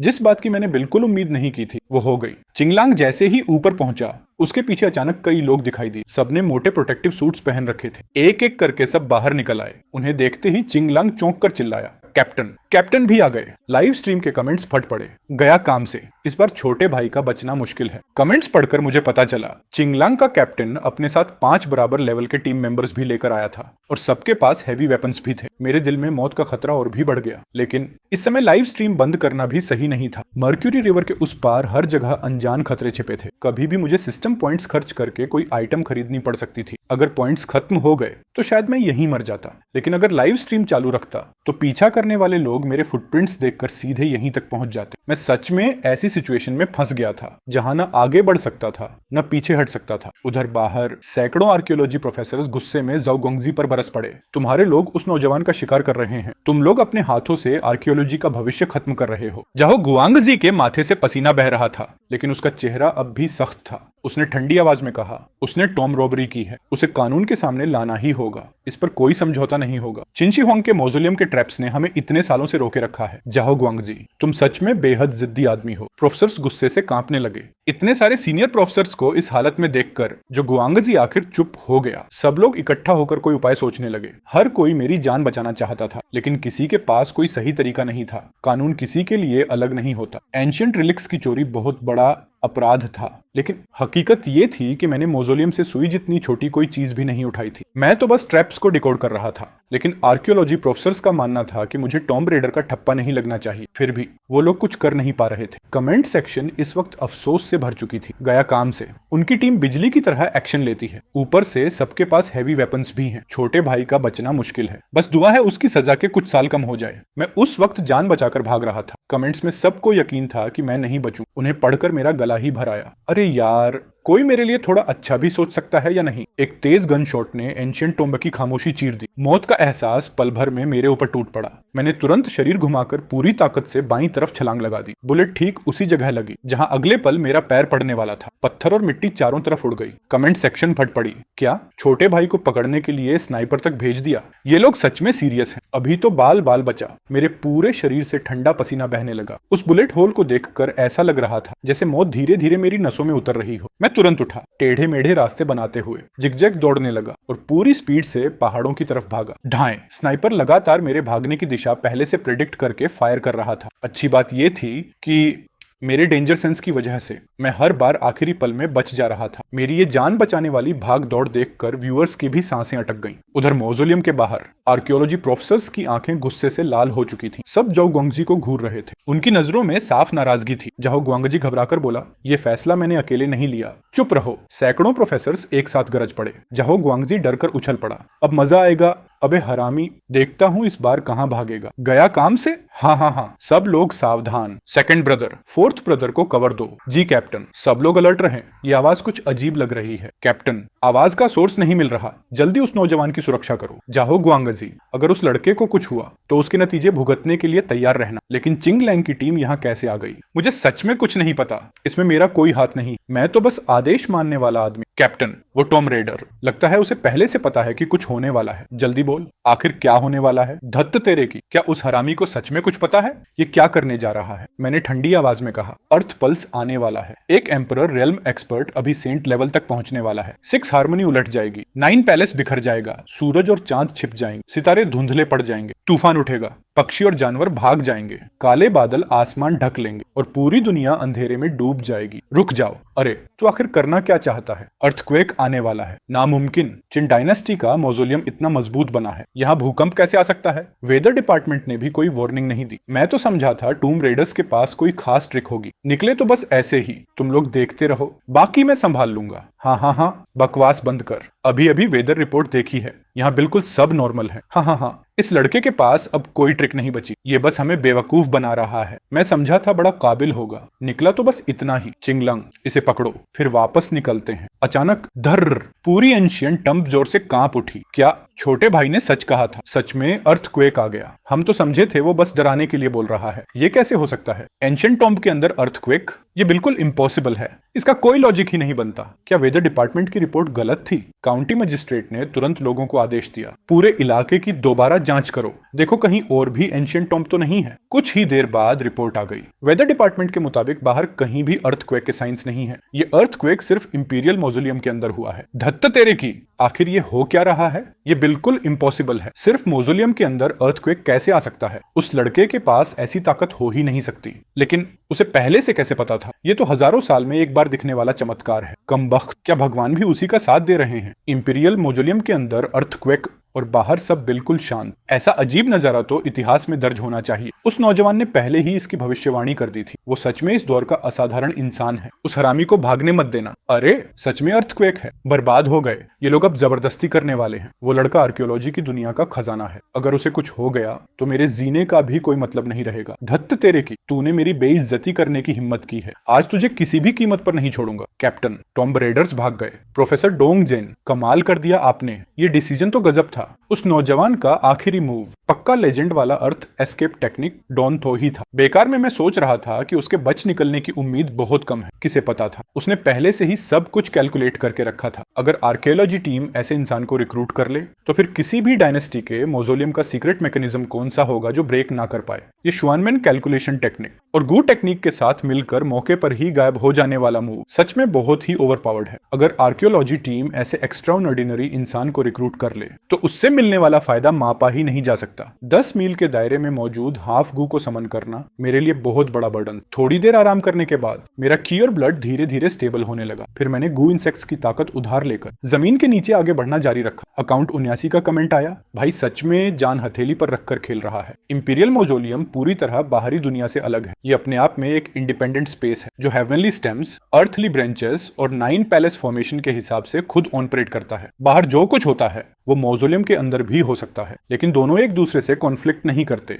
अभी जो गड्ढा बना था वो मैंने सिर्फ लेआउट बदलकर उनके अटैक से बचने के लिए बनाया था। बस इतनी सी ट्रिक थी। नेटिजन्स ने कमेंट किया, भैया फिर से हम्बल बन रहे हो। क्या मतलब इतनी सी ट्रिक? आप तो सच में लेजेंड हो। हम तो पूरी तरह नतमस्तक हैं। ये आखिर कौन कर सकता है? सच में हेवन डिफाइंग टेक्निक है। इस नौजवान की फंगशुई सर्वे टेक्निक तो मास्टर लेवल पर पहुंच चुकी है। सिर्फ फॉर्मेशन बदलकर अर्थक्वेक करा दिया। ऐसी चीज हमने कभी सुनी तक नहीं। जब ये बाहर आएगा तो हम जरूर इससे गाइडेंस लेंगे। चलो सब मिलकर आर्कियोलॉजी हेडक्वार्टर्स में एप्लीकेशन डालते हैं इस नौजवान की प्रोटेक्शन के लिए। जब हेडक्वार्टर्स काम शुरू करेगा हो सकता है हाई लेवल कनेक्शन से इसकी जान बचा लें। Life Hunter. मर्क्यूरी रिवर पार करने के बाद से चिन शी हुआंग का मौजोलियम मुझे लगातार एक अजीब बेचैनी दे रहा था। मुझे भी हल्का हल्का महसूस हो रहा था कि कुछ गड़बड़ है, लेकिन प्रॉब्लम आखिर कहाँ है ये समझ नहीं आ रहा था। वो लोग तुम्हारा पीछा करने की प्लानिंग कर रहे हैं। मामला ठीक नहीं लग रहा। कैप्टन, ये आदमी आखिर करना क्या चाहता है? ऊपर से ऑर्डर है कि इसके पीछे लगे रहो, लेकिन अटैक करने से तो किसी ने मना नहीं किया। मुश्किल ट्रैप्स का इंतजार करने से अच्छा है अभी इसका पीछा करके इसे पकड़ लेते हैं। ये बहुत चालाक है। कौन जाने इसके पास अभी भी कोई ट्रम्प कार्ड बचा हो। अगर हम फेल भी हुए तो कम से कम पीछे आने वाले साथियों के लिए रास्ता साफ कर देंगे। वैसे भी हमारा कोई नुकसान नहीं। मैं भी यही सोचता हूँ। कैप्टन बोला, एंशिएंट टॉम्ब एक्सप्लोरेशन चारों तरफ डेंजर से भरी है। एक ग्रीन वुल्फ ने ही उसे इतनी मुश्किल में डाल दिया था। अब हम 4 भाई मिलकर आए हैं। ऊपर से हमारे पास हैवी सर्वे इक्विपमेंट भी है। बस हैवी वेपन का एक शॉट और mission complete. Fourth brother cover देगा, बाकी सब मेरे साथ, जल्दी भागो। वो लोग पहुंच गए। मैंने शांत होकर कहा, सब मेरे कंट्रोल में है, वो लोग मुझे पकड़ ही नहीं पाएंगे, फिक्र मत करो। हे भगवान, क्या इसके पास सच में कोई हिडन ट्रम्प कार्ड है? क्या ये इतने दिनों से सिर्फ एक्टिंग कर रहा था? उस सफेद रेशमी पट्टी पर बने पैटर्न्स, क्या वो कोई ट्रैप है? लगता तो नहीं, शायद नहीं। ऐसी छोटी मोटी ट्रिक इतने अनुभवी एक्सप्लोरेशन टीम मेंबर्स को कैसे रोक पाएगी? भाई जल्दी भागो, वो लोग तुम्हें पकड़ने ही वाले हैं। अगर अब नहीं भागे तो गए काम से। भागो, अरे भागो। इतनी हालत हो गई फिर भी नहीं भाग रहे, मरना है क्या? रुको, ये क्या हो रहा है? ये लोग अचानक आपस में क्यों लड़ने लगे? हाँ, अरे सुबह के 4 बज गए। अंडरग्राउंड में ये सब अचानक पागल क्यों हो गए? ये तो बस कुछ सफेद रेशमी पट्टियां ही हैं, फिर ऐसा कैसे हो गया? भाई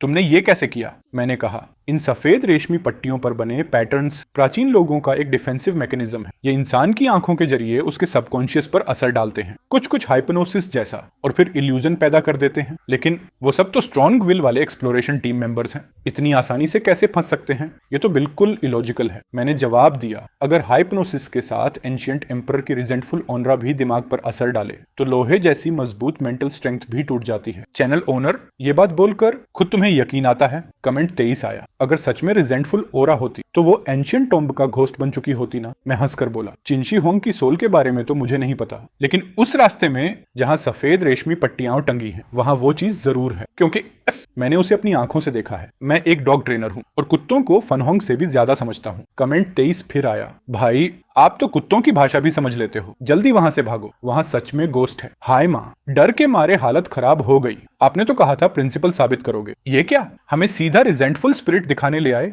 मैं तो पूरी तरह शॉक हो गया। उसकी जीभ कितनी लंबी थी, मेरा दिमाग घूम गया। ये आदमी उन रेजेंटफुल स्पिरिट्स को देखकर भी बिल्कुल नहीं डर रहा। ये फुटेज असली है। चैनल ओनर की हिम्मत 100% रियल है, ये CGI नहीं है। चिंशी हुआंग के मौजूलियम में ऐसी डरावनी चीज कैसे हो सकती है? मेरे तो रोंगटे खड़े हो गए। चैनल ओनर सच में बहुत बहादुर है। हेलो श्याओ भाई। चैनल ओनर, आप सच में पागल हो। मैं पूरी तरह सुन्न पड़ गया, पूरा का पूरा लकवाग्रस्त जैसा हो गया। आखिर ये चैनल ओनर है कौन? इसकी बैकग्राउंड आखिर क्या है? क्या ये सच में लाइव स्ट्रीम है, जाइंडा सीख स्ट्रीम है? मैं तो देखते देखते पूरी तरह शॉक हो गया। भाई ये होता है असली बिग बॉस। मैं एक डॉग ट्रेनर हूँ और कुत्तों को फान होंग से भी ज्यादा समझता हूँ, यहाँ तक कि उनकी भौंकने की भाषा भी समझ लेता हूँ। इस आदमी की बैकग्राउंड बिल्कुल ऑर्डिनरी नहीं है। ये तो एंशिएंट रिजेंटफुल स्पिरिट से भी बात कर सकता है। ऐसी चीज तो आज तक कभी सुनी ही नहीं। यार बुरा हो गया, एक्सप्लोरेशन टीम वाले आपस में एक दूसरे को मार डालेंगे। चैनल ओनर, तुम सच में बड़े निर्दयी हो। तुमने रिजेंटफुल स्पिरिट्स को भड़काकर टीम मेंबर्स को एक दूसरे से लड़वा दिया। अगर इस चक्कर में 1-2 लोग भी मर गए तो पूरी जिंदगी इंपीरियल मौसोलियम से बाहर निकलने का सपना भी मत देखना। भाई सच में कमाल हो। किसने सोचा था कि डिफेंसिव सिल्क कॉरिडोर में मिले वो रिजेंटफुल स्पिरिट्स इतने पागल होंगे? श्याओ भाई, जाकर बगल वाले रूम के सबको वापस बुला ला, कहीं सच में किसी की जान मत ले लेना। चैनल ओनर, इस वक्त तुम्हारे पास कितने स्पिरिट्स? ऊपर से देखें तो कम से कम 7-8 तो हैं। आखिर चैनल ओनर इन रिजेंटफुल स्पिरिट्स को कंट्रोल कैसे कर रहा है? मैं पूरी रात जागता रहा, फिर भी इसकी असली पहचान समझ नहीं पाया। क्या ग्रेजुएट आर्कियोलॉजी स्टूडेंट? ये सब बकवास है, बहुत ही अनरियल है। इतनी देर हो गई फिर भी अथॉरिटीज इसकी आइडेंटिटी तक पता नहीं लगा पाई। ये तो बिल्कुल इलॉजिकल है। मैंने कहा, सब लोग घर चले जाओ, मैं थोड़ा और अंदर घूम कर आता हूँ, फिर वापस लौट जाऊंगा। फिक्र मत करो, हम भी यही सोचते हैं। आजकल दुनिया ऐसी ही है। हाँ, वहीं थोड़ा और एक्सप्लोसिव भर दो। ये टनल सीधे उस टॉम्ब रेडर के सामने निकलती है, आराम से ब्लास्ट कर दो। कुछ हुआ तो जिम्मेदारी मेरी। चलो स्टार्ट करो। ओए,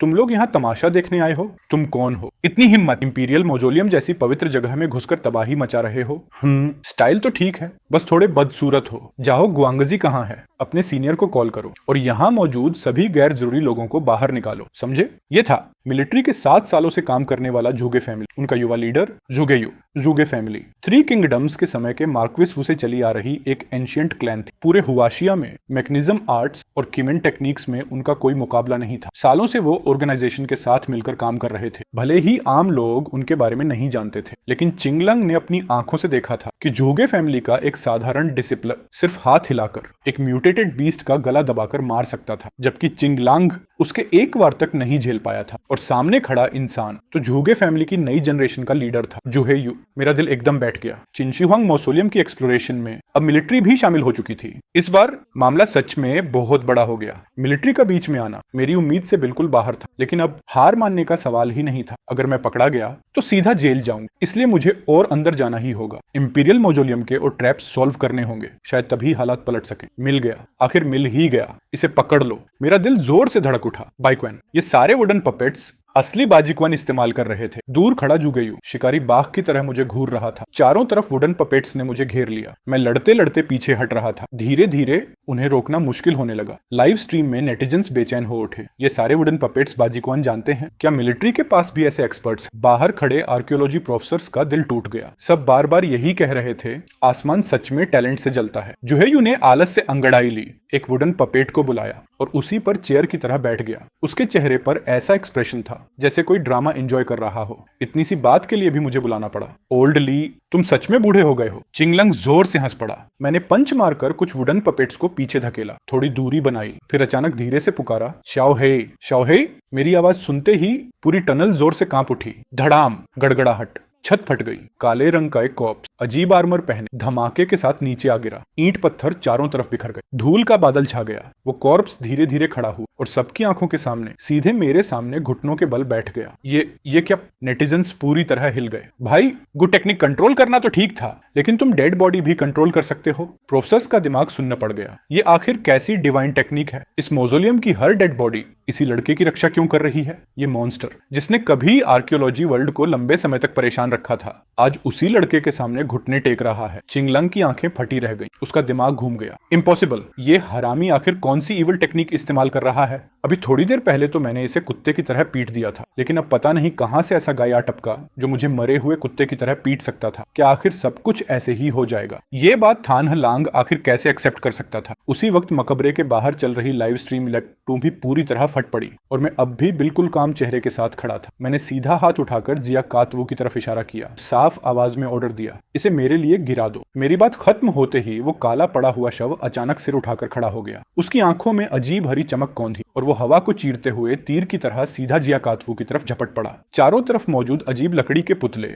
उसे रोकने के लिए दौड़ पड़े, लेकिन ब्लैक कॉर्पस ने सीधे उनमें से एक का सिर पकड़ लिया। उसने जोर से दबाया। धड़ाम, लकड़ी का पुतला पल भर में टुकड़े टुकड़े होकर बिखर गया। नेटिजन्स लगातार चीखने लगे, वाह भाई, कमाल कर दिया। वहीं सारे प्रोफेसर सदमे में जड़ हो गए। यहाँ तक कि जिया कातवू का चेहरा भी थोड़ा गंभीर पड़ गया। लगता है तुम इतने भी बेकार नहीं। जिया कातवू ने हल्के से अपना कागज का पंखा हिलाया और ठंडी नजरों से मेरी तरफ देखा। मैंने उसकी बात का कोई जवाब नहीं दिया। मैं मुड़ा और उसे पीछे छोड़कर आगे बढ़ गया। जिया कातवू वहीं खड़ा ब्लैक कॉर्प्स को लकड़ी के पुतलों से लड़ते हुए देखता रहा और बेबसी से भौहें सिकोड़ ली। ये मनहूस, इससे लड़ना उसके लिए भी बेहद मुश्किल था। नेटिजन्स ने तुरंत सवालों की बौछार कर दी। भैया, ब्लैक कॉर्प्स आपकी बात क्यों मान रहा है? मैंने शांत आवाज में कहा। इस दुनिया के भूतिया फॉरबिडन जोन्स में मौजूद ज्यादातर अजीब चीजों की जड़ वूगू आर्ट से जुड़ी हुई है। मैं एक गू मास्टर हूँ, इसलिए इन्हें कंट्रोल करना मेरे लिए बिल्कुल आसान है। मरकरी नदी के सामने वाला ब्लड कॉर्प्स बहुत लो लेवल का था। वो मेरी गू पावर को महसूस ही नहीं कर सकता था, लेकिन मरकरी नदी के पीछे मौजूद सारी चीजें बेहद खतरनाक थी। उनका लेवल उससे कई गुना ऊंचा था। असल में मैंने पूरी बात नहीं बताई। असली वजह थी मेरे अंदर बहता जूली वू ब्लड। अगर ये खून मेरे अंदर ना होता तो सिर्फ जीयू मास्टर होने के नाम पर मैं ये कारनामा कभी नहीं कर सकता था। मैं फिर से आगे बढ़ने लगा। नेटिजन्स फिर से जोश में झूम उठे। वाह, सच में छोटे भाई का कोई मुकाबला नहीं। ये तो असली गू मास्टर है। सब लोग जल्दी जल्दी स्क्रीन रिकॉर्ड करने लगे और वीडियो अलग अलग सोशल मीडिया प्लेटफॉर्म्स पर अपलोड करने लगे। उसी वक्त सिस्टम नोटिफिकेशन लगातार मेरे दिमाग में गूंजने लगी। पॉपुलैरिटी 1 लाख पार, reward ghost god power. Popularity 2 lakh पार, reward corpse control secret manual. Popularity 3 lakh पार, reward dark speech stage 1। Popularity 5 lakh पार, reward blood go blood line fusion. Popularity 10 lakh पार, reward twin curse poison technique. Twin life की मदद से श्राप का शिकार इंसान अपनी लाइफ मेरे साथ शेयर कर सकता था। बाकी सारे रिवॉर्ड्स ने मेरी बॉडी और मेंटल पावर को पूरी तरह अपग्रेड कर दी। सिस्टम की आवाज लगातार मेरे कानों में गूंजती रही। पूरी रात शाही मकबरे में चलते रहने के बाद अब मैं साफ महसूस कर सकता था कि ज्ञान की एक विशाल लहर मेरे दिमाग में भर रही है। मेरी बॉडी भी पहले से कई गुना ज्यादा ताकतवर हो चुकी थी। शॉप पॉइंट्स भी तेजी से बढ़ने लगे और मेरे दिल की चाहत पहले से भी ज्यादा भड़क उठी। इस वक्त इंटरनेट सचमुच फट चुका था। लाइव स्ट्रीम खोलकर कब्र चोरी करने चला गया। ये मामला तो सेना तक पहुंच गया। इतिहास का सबसे बेखौफ आदमी यही होगा। मैंने सिस्टम पैनल में तेजी से बढ़ते पॉपुलैरिटी पॉइंट्स पर एक नजर डाली। मुझे पहले से पता था कि मेरी वीडियो क्लिप्स अब हर जगह वायरल हो चुकी थी। पूरा इंटरनेट इस बात पर गर्मागर्म चर्चा कर रहा था कि मैंने गू इंसेक्ट से जाल कैसे तोड़े और थानहलांग के लोगों के साथ मेरी जबरदस्त लड़ाई कैसे हुई। कमाल का बंदा है। गू कंट्रोल तो ठीक, लेकिन इसके पास हाईटेक नैनो प्रोटेक्टिव सूट भी कहां से आ गया। ऊपर से आर्कियोलॉजी यूनिवर्सिटी का स्टूडेंट भी है। इतना ही नहीं, मेडिकल आर्ट्स और एंशियंट मार्शल आर्ट्स में भी माहिर है। बाहर इंटरनेट पर जितना हंगामा मचा हुआ था, उतना ही शांत मैं उस प्राचीन मकबरे के अंदर था। मैं बिना रुके और भी गहराई में आगे बढ़ता गया। उसी समय जिया कातवू वापस जमीन की सतह पर लौट आया। प्रोटेक्टिव सूट कहाँ है? उसने गुस्से में ऑर्डर दिया। झाओ गुआंगजी तुरंत कई सूट लेकर दौड़ाया। जिया कातवू ने जल्दी जल्दी सूट पहना और साथ ही पोर्टेबल लाइव स्ट्रीम इक्विपमेंट भी अपने शरीर पर पहन लिया। झाओ गुआंगजी के लाइव शुरू करते ही वो दोबारा मकबरे के अंदर उतर गया और मेरा पीछा करने लगा। साफ था कि इस बार वो मुझे हर हाल में पकड़कर ही रहेगा। उसने अपने पपेट्स के साथ काफी हैवी वेपन्स भी ले लिए थे, साथ ही तरह तरह के अजीब इक्विपमेंट भी। और सेना की तरफ से लाइव स्ट्रीम परमिशन मिलने के बाद पूरे मामले की हॉटनेस फिर से आसमान छूने लगी। नेटिजन्स जोर शोर से चर्चा कर रहे थे। उनका कहना था कि जुयू आर्मी बैकग्राउंड से है, वो बिल्कुल भी चिंगलंग जैसे लेवल का इंसान नहीं है। चिंगलंग तो उसके सामने जूते उठाने लायक भी नहीं। इस बार तो छोटे भाई का 89/10 से चांस है कि गया काम से। मैंने उन सबकी बातों पर ध्यान नहीं दिया, लेकिन कमेंट्स पढ़कर मुझे भी समझ आ गया कि ये बंदा सच में कोई मामूली इंसान नहीं है। यहाँ तक कि चिंगलंग भी इससे डरता है। फिर भी मुझे ज्यादा चिंता नहीं हुई। मेरे पास पॉपुलैरिटी पॉइंट से खरीदे हुए इतने सारे स्किल्स थे कि चाहे सामने ज़ुगे यू ही क्यों ना हो, मैं भी उससे जान की बाजी लगाकर लड़ सकता था। अचानक मुझे कुछ महसूस हुआ। मेरी नजर तुरंत सामने वाले रास्ते के आखिर में गई। वहां धुंधला सा किसी इंसान का साया खड़ा दिखाई दे रहा था। धड़ाम! अचानक पीछे से कान फाड़ देने वाला धमाका हुआ। लिटिल ब्लैक की एक टांग उड़ चुकी थी। वो अब लगभग बेकार हो चुका था। साला, ये बंदा तो बड़ा बेरहम है, जरा भी रहम नहीं कर रहा। चैट में लोग लिखने लगे, देखते हैं छोटा भाई कितनी चालें झेल पाता है। मैं बेट लगाता हूँ 11 मूव्स। मैंने कमेंट्स को इग्नोर किया और सावधानी से आगे बढ़ता गया। लेकिन कुछ ही देर बाद जैसे ही मैं उस परछाई के करीब पहुंचा, मेरे सामने एक बेहद अजीब स्टोन डोर दिखाई दिया। उसी पल मेरे दिल में मौत जैसा खतरा महसूस हुआ। ऐसा लग रहा था जैसे मौत बिल्कुल सामने खड़ी हो। भाई, फिर से मुलाकात हो गई। जुहेयू 7-8 लेयर वाले प्रोटेक्टिव सूट पहने हुए था। हाथ में वही काले किनारे वाला पेपर फैन था। चेहरे पर हल्की मुस्कान थी। मैंने सिर हिलाया। तुम बिल्कुल सही वक्त पर आए हो। वो मुस्कुराया। क्या बात है, आखिरकार हार मानने वाले हो? मैंने धीरे से सिर हिलाया। नेदर आइस की नजर से साफ दिखाई दे रहा था उस स्टोन डोर के पीछे सच में कोई खड़ा था। मेरे अंदर जो मौत जैसा एहसास उठ रहा था, वो झूगे यूं की वजह से नहीं था, बल्कि उस दरवाजे के पीछे खड़े इंसान की वजह से था। ये इंपीरियल टॉम्ब हजारों सालों से सील था। लॉजिक के हिसाब से यहाँ कोई जिंदा इंसान नहीं हो सकता, लेकिन नेटर आइज बता रही थी कि उस आदमी की लाइफ ऑरा बेहद ताकतवर थी। उसकी पहचान बिल्कुल साधारण नहीं थी। मैंने शांत स्वर में कहा, मुझे लगता है तुम यहीं रुककर उस भाई से आराम से बातें कर सकते हो। इतना कहकर मैंने पीछे वाले स्टोन डोर की दीवार में लगी एक ईंट पर जोर से मुक्का मारा। कटक कटक, लोहे की जंजीरों और मैकेनिज्म के चलने की आवाज गूंज उठी। गड़गड़। हमारे पीछे का रास्ता अचानक एक विशाल पत्थर से बंद हो गया। उसी समय सामने का स्टोन डोर धीरे धीरे खुलने लगा। दरवाजा खुलते ही एक अजीब सी खून और मौत की बदबू सीधे चेहरे पर आ लगी। जुहेयू की आंखें सिकुड़ गईं। उसने तुरंत हाथों से सील बनाया। डिविनेशन का रिजल्ट आया, 9 डेथ्स 1 लाइफ। उसका चेहरा तुरंत बेहद गंभीर हो गया। मैं भी घबरा गया। मैंने तुरंत पैरों के नीचे की पत्थर की स्लैब तोड़ दी। गू टेक्निक का सील बनाया। अनगिनत छोटे छोटे गू इंसेक्ट्स बाहर निकल आए और काले धुएं जैसी मोटी परत बनाकर मुझे चारों तरफ से ढक लिया। जमीन धीरे धीरे हिलने और मुड़ने लगी। ये सब कुछ बस एक पल में हुआ। पीछे का रास्ता बंद होने से लेकर मेरे अर्थ एस्केप टेक्निक से गायब होने तक सब कुछ पलक झपकते ही खत्म हो गया। जब तक जुयू मेरे पीछे भागकर साथ निकलने की कोशिश करता,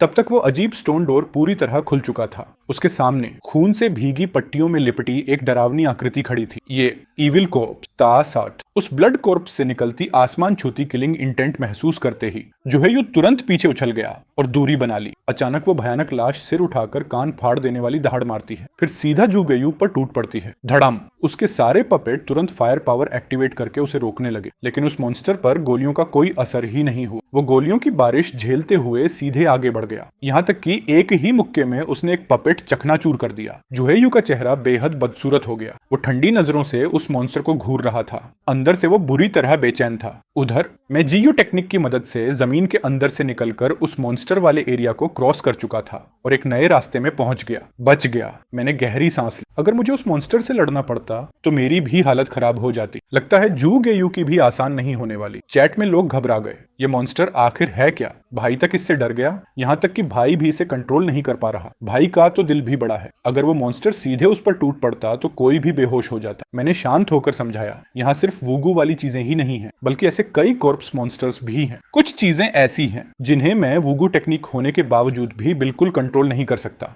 इतना समझाकर मैं फिर आगे बढ़ गया। ज्यादा देर नहीं लगी और मैं एक ऐसे बीरियल चेंबर में पहुंच गया जिसकी सजावट बेहद डरावनी थी। अभी जिस रास्ते से आया था उसे छोड़कर बाकी चारों दीवारों के सामने एक एक अजीब अल्टर रखा हुआ था। हर अल्टर के पीछे एक रहस्यमयी म्यूरल बनी हुई थी। मैंने एक एक करके उन म्यूरल्स को देखा और जितना देखता गया उतना ही रोंगटे खड़े होते गए। पहली म्यूरल में हरे भरे पहाड़, जमीन, पेड़ पौधे और एक पहाड़ जितना विशाल आदमी पद्मासन लगाकर बैठा हुआ था। दूसरी म्यूरल में लाशों के पहाड़ लगे थे और एक चमकता हुआ बौना इंसान कच्चा मांस खा रहा था। तीसरी म्यूरल में ड्रैगन रोब पहने एक सम्राट लोगों को अपनी ही मूर्ति तराशने का आदेश दे रहा था। उस राजा की बाहों में एक पत्थर था जिसे वो कसकर पकड़े हुए था। उस पत्थर से अजीब सी रहस्यमयी रोशनी निकल रही थी। और आखिर में चौथी म्यूरल में वो विशाल मूर्ति पूरी तरह ढह चुकी थी। उसके बगल में एक दूसरा वू मास्टर दोनों हाथ जोड़कर खड़ा था और वो उसी रहस्यमयी चमक छोड़ने वाले पत्थर पर पैर रखे खड़ा था। आखिर ये म्यूरल्स क्या बताना चाहती? कुछ ज्यादा ही अजीब लग रहा है। यहाँ तो दो राजा दिखाई दे रहे हैं। जो बाद में आया है वो तो पक्का चिनशी हुआंग ही होगा। तो फिर तीसरी म्यूरल वाला राजा क्या वो 6 किंगडम्स के किसी राजा में से एक था? और वो चमकता हुआ पत्थर आखिर क्या चीज है? कुछ तो गड़बड़ लग रही है। नेटिजन्स भी सिर खुजलाने लगे। ये पहली बार था जब मैंने चिनशी हुआंग मौजूलियम के अंदर ऐसा नजारा देखा था। ज्यादातर लोग रहस्यमयी किन डायनेस्टी के बारे में सिर्फ अनऑफिशियल हिस्ट्री यानी दंतकथाओं और पुराने रिकॉर्ड्स से ही जानते थे, लेकिन इन म्यूरल्स में दिखाई गई कहानी चिनशी हुआंग की मशहूर जिंदगी से थोड़ी अलग लग रही थी। मैंने अपनी सुपर ब्राइट फ्लैशलाइट चारों तरफ घुमाई। आखिर एक ऐसे कोने में जिस पर किसी का ध्यान नहीं गया था मुझे 2 लाइनों में कुछ अजीब टेढ़े मेढ़े एंशिएंट कैरेक्टर्स दिखाई दिए। ये देखते ही बहुत से व्यूअर्स एकदम फ्रीज हो गए। अरे ये कैरेक्टर्स ट्रेडिशनल चाइनीज जैसे तो बिल्कुल नहीं लग रहे। एंशिएंट चाइनीज स्क्रिप्ट भी नहीं है, बिल्कुल नहीं, बहुत ही उलझे हुए हैं। कुछ कैरेक्टर्स तो ऐसे लग रहे हैं जैसे किसी टाओइस्ट प्रीस्ट ने टैलिस्मैन बना दिया हो। ये किसी भी नॉन स्क्रिप्ट जैसे नहीं दिखते। सच कहूं तो मुझे तो यकीन ही नहीं कि ये सच में कोई लैंग्वेज है या नहीं। आखिर मामला क्या है? ये साफ तौर पर किन डायनेस्टी की एंशिएंट स्क्रिप्ट नहीं है, लेकिन किसी नॉर्मल सिंबल जैसी भी नहीं लग रही। ऐसा लग रहा है कि हर कैरेक्टर अपने अंदर कोई अलग मीनिंग छिपाए हुए है। क्या कहीं ये किसी बिल्कुल नई एंशिएंट लैंग्वेज की खोज तो नहीं? बाहर बैठे सारे प्रोफेसर भी एक साथ हैरान रह गए। उन्होंने इससे पहले कभी ऐसी स्क्रिप्ट नहीं देखी थी। जैसे ही प्रोफेसर जंग ने अपनी पहली गेस रखी, कई लोगों की सांसें तेज हो गईं। अगर सच में चिनशी हुआंग मौसोलियम के अंदर कोई ऐसी लैंग्वेज मिली है जिसे दुनिया ने पहले कभी नहीं देखा, तो इसका मतलब बहुत बड़ा होगा। ये चिन डायनेस्टी के रहस्यों से पर्दा उठाने की सबसे अहम की साबित हो सकती है। शायद ये आर्कियोलॉजी की दुनिया की एक हिस्टोरिक डिस्कवरी बनने वाली थी।